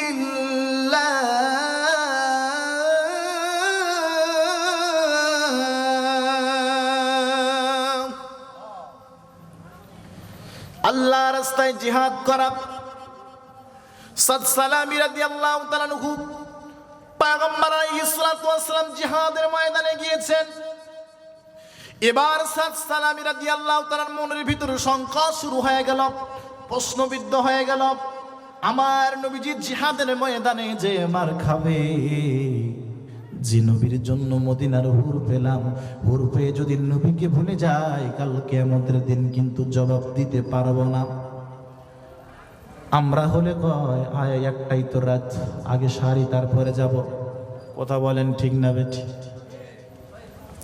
সাদ সালামি এবার মনকে বলে, মন রে, মদিনার হুর নিবি না জান্নাতের হুর নিবি?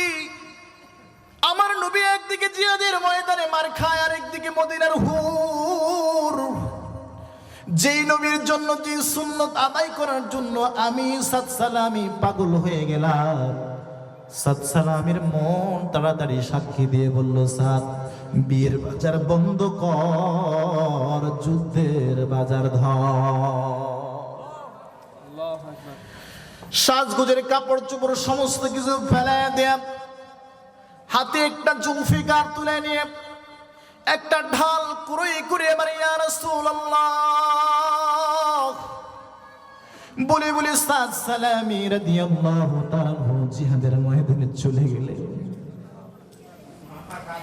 জিহাদের ময়দানে যে নবীর আশিক সাহাবী সাদ সালামি রাদিয়াল্লাহু তাআলা শাহাদাতের পেয়ালা পান করে নিলেন, আল্লাহর জান্নাতের মেহমান হয়ে গেলেন। যুদ্ধ যখন শেষ হয়ে গেল, পয়গম্বর আলাইহিস সালাতু ওয়াস সালাম বলেন, যাও যাও যাও, যারা শহীদ হয়ে গেছে লাশগুলো আমার কাছে নিয়ে এসে জানাজার এখন শহীদদের লাশকে দাফন করানো হবে। এক পর্যায়ে সকলকে যখন নিয়ে আসা হলো, একটা লাশ গণ্য বেদিত। নবী ডাক দিয়ে বলে, এটা আমার সাদ সালামি ছাড়া কেউ নয়। আমার নবী চোখের পানি ছেড়ে দিয়ে আকাশের দিকে তাকায়,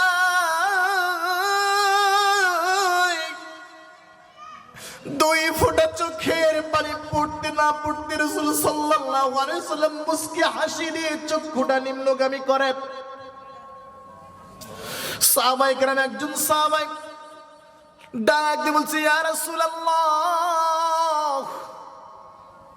সাহাবার লাশ দেখে আপনি আকাশের দিকে তাকালেন, চোখের পানি ফেলে কাঁদলেন, তাৎক্ষণিক চোখ ফিরিয়ে মুস্কি হাসলেন, কেন জানতে চাই?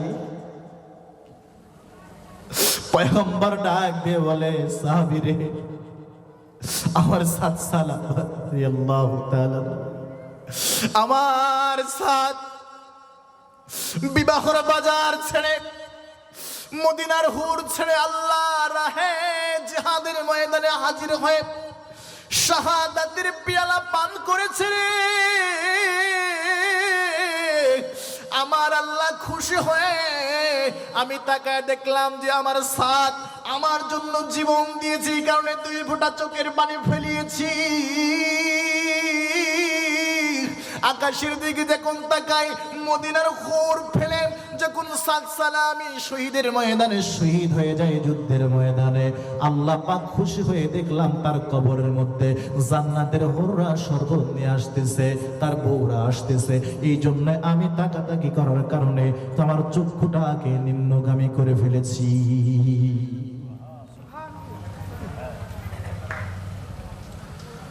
পয়গম্বর আলাইহিস সালাতু ওয়াস সালাম বলেন, এমন একটা সময় আসবে হুব্বুদ দুনিয়া, মানুষ দুনিয়ার মহাব্বতে পড়ে যাবে।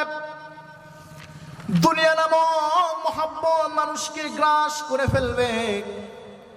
কারহাতুল মাউত, আল্লাহর রাহে জীবন দিতে হয়, মানুষ মুসলমান তা ভুলে যাবে। আল্লাহর রাহে যে জীবন দিতে হয় এটা মুসলমানরা ভুলে যাবে। পয়গম্বর আলাইহিস সালাম এতটুকু ভুলেই ক্ষান্ত হয় নাই। সেই সময়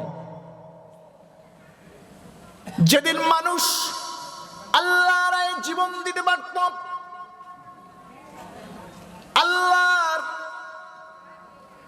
জন্য, দ্বীনের জন্য, কোরআনুল কারীমের জন্য জীবনটাকে বিলিয়ে দিত, আমার আল্লাহ সুবহানাহু ওয়া তাআলা জমিনের মালিকও তাদেরকে বানায় দিতেন।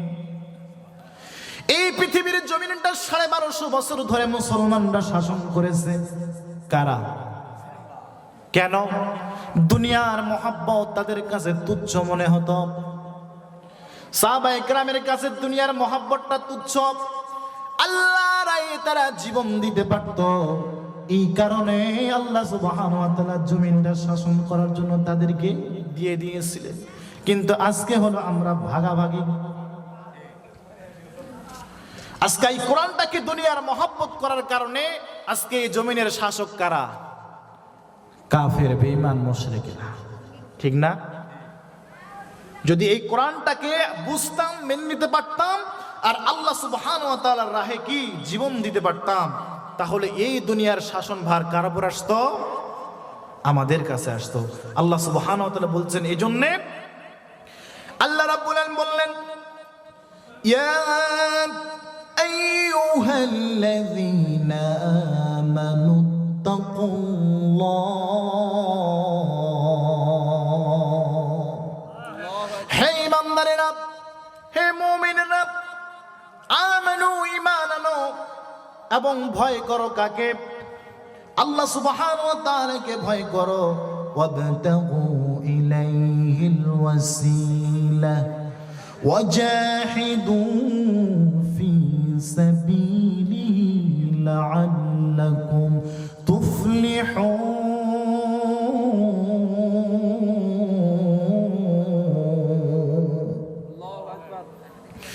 আল্লাহ ডাক দিয়ে বলেন যে হে ঈমানদারেরা, ঈমান আনো এবং ভয় করো আল্লাহ সুবহানাহু ওয়া তাআলাকে এবং তার দরবারের নৈকট্য পাওয়ার জন্য উসিলা তালাশ করো। উসিলা নামক জিনিস হচ্ছে কোরআনুল কারীমের পথ। কি পথ? এই কোরআনের থেকে পথ, হাযা বায়ানুল লিন্নাস। এখান থেকে যদি বায়ান গ্রহণ করতে পারি, পথ নিতে পারে, উপদেশ নিতে পারে, তাহলে আল্লাহ সুবহানাহু ওয়া তাআলাকে আমরা পেয়ে যাব।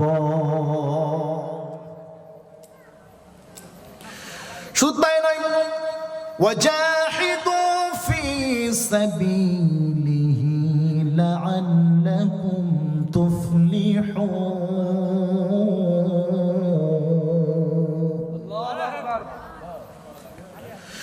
আল্লাহ সুবহানাহু ওয়া তাআলার পথে জিহাদ করা, আশা করা যায় তোমরা সফল কাম হবে, সফল কাম লাভ করতে পারবে। গতকালকে বলেছিলাম মুমিন সফল, কদ আফলাহাল মুমিনুন। মুমিনরা কি সফল হয়ে গেছে? গুণ কয়টা বলছিলাম? কয়টা? 7টা। 7টা গুণ যদি কোনো মুমিনের ভিতরে থাকে, আল্লাহ সুবহানাহু ওয়া তাআলা বলছেন জান্নাতের সুসংবাদ, জান্নাতের ওয়ারিস, জান্নাতের মালিকানা তাকে বানায় দিব। এজন্য আল্লাহর এই জিহাদ করতে হবে, সংগ্রাম করতে হবে। আল্লাহ সুবহানাহু ওয়া তাআলার কাছে তওবা করতে হবে যে এতদিন ধরে যে কাজগুলো আমরা করেছি, রব্বে কারীম আমাদেরকে মাফ করে দেন, আমাদেরকে মাফ করে দেন। বান্দার জীবনের গুনাহ আছে না নাই? কথা কয় না? আছে না নাই? আল্লাহ রাব্বুল আলামিন বলে, বান্দারে কুল ইয়া ইবাদিল্লাযী আসরাফু আলা আনফুসিহিম লা তাখনাতু মির রাহমাতিল্লাহ। হে বান্দারা, কুল, হে নবী আপনি বলে দেন, আমার যারা বান্দা নিজেদের আত্মার উপর জুলুম করেছে, যারা নিজের নফসের উপর জুলুম করেছে, যারা গুনাহ করেছে, হতাশ হয় না, নিরাশ হয় না, নিরাশগ্রস্ত হয় না। আমি আল্লাহ সুবহানাহু ওয়া তাআলা তোমাদেরকে মাফ করে দেব। সত্য আছে একটা। কি সত্য? তওবা করতে হবে। আল্লাহ রাব্বুল আলামিন বলেন তওবা করতে হবে, ভয় করতে হবে, কিয়ামতের দিবসকে ভয় করতে হবে। যদি ভয় করতে পারি, আল্লাহ রাব্বুল আলামিন বলতেছেন যে যদি আমরা ভয় করতে পারি, কারণ প্রত্যেকটা নিয়ামত সম্পর্কে আল্লাহ সুবহানাহু ওয়া তাআলা আমাদেরকে কিন্তু জিজ্ঞাসা করবেন। দুনিয়ার জমিনে যে যে নিয়ামত খেয়েছ, যতগুলো নিয়ামত তোমাদেরকে দিয়েছি, প্রত্যেকটার হিসাব পুঙ্খানু ভাবে আমি নিব। ثم لا تسألن يومئذ عن النعيم। পুঙ্খানুপুঙ্খভাবে প্রত্যেকটা নিয়ামত সম্পর্কে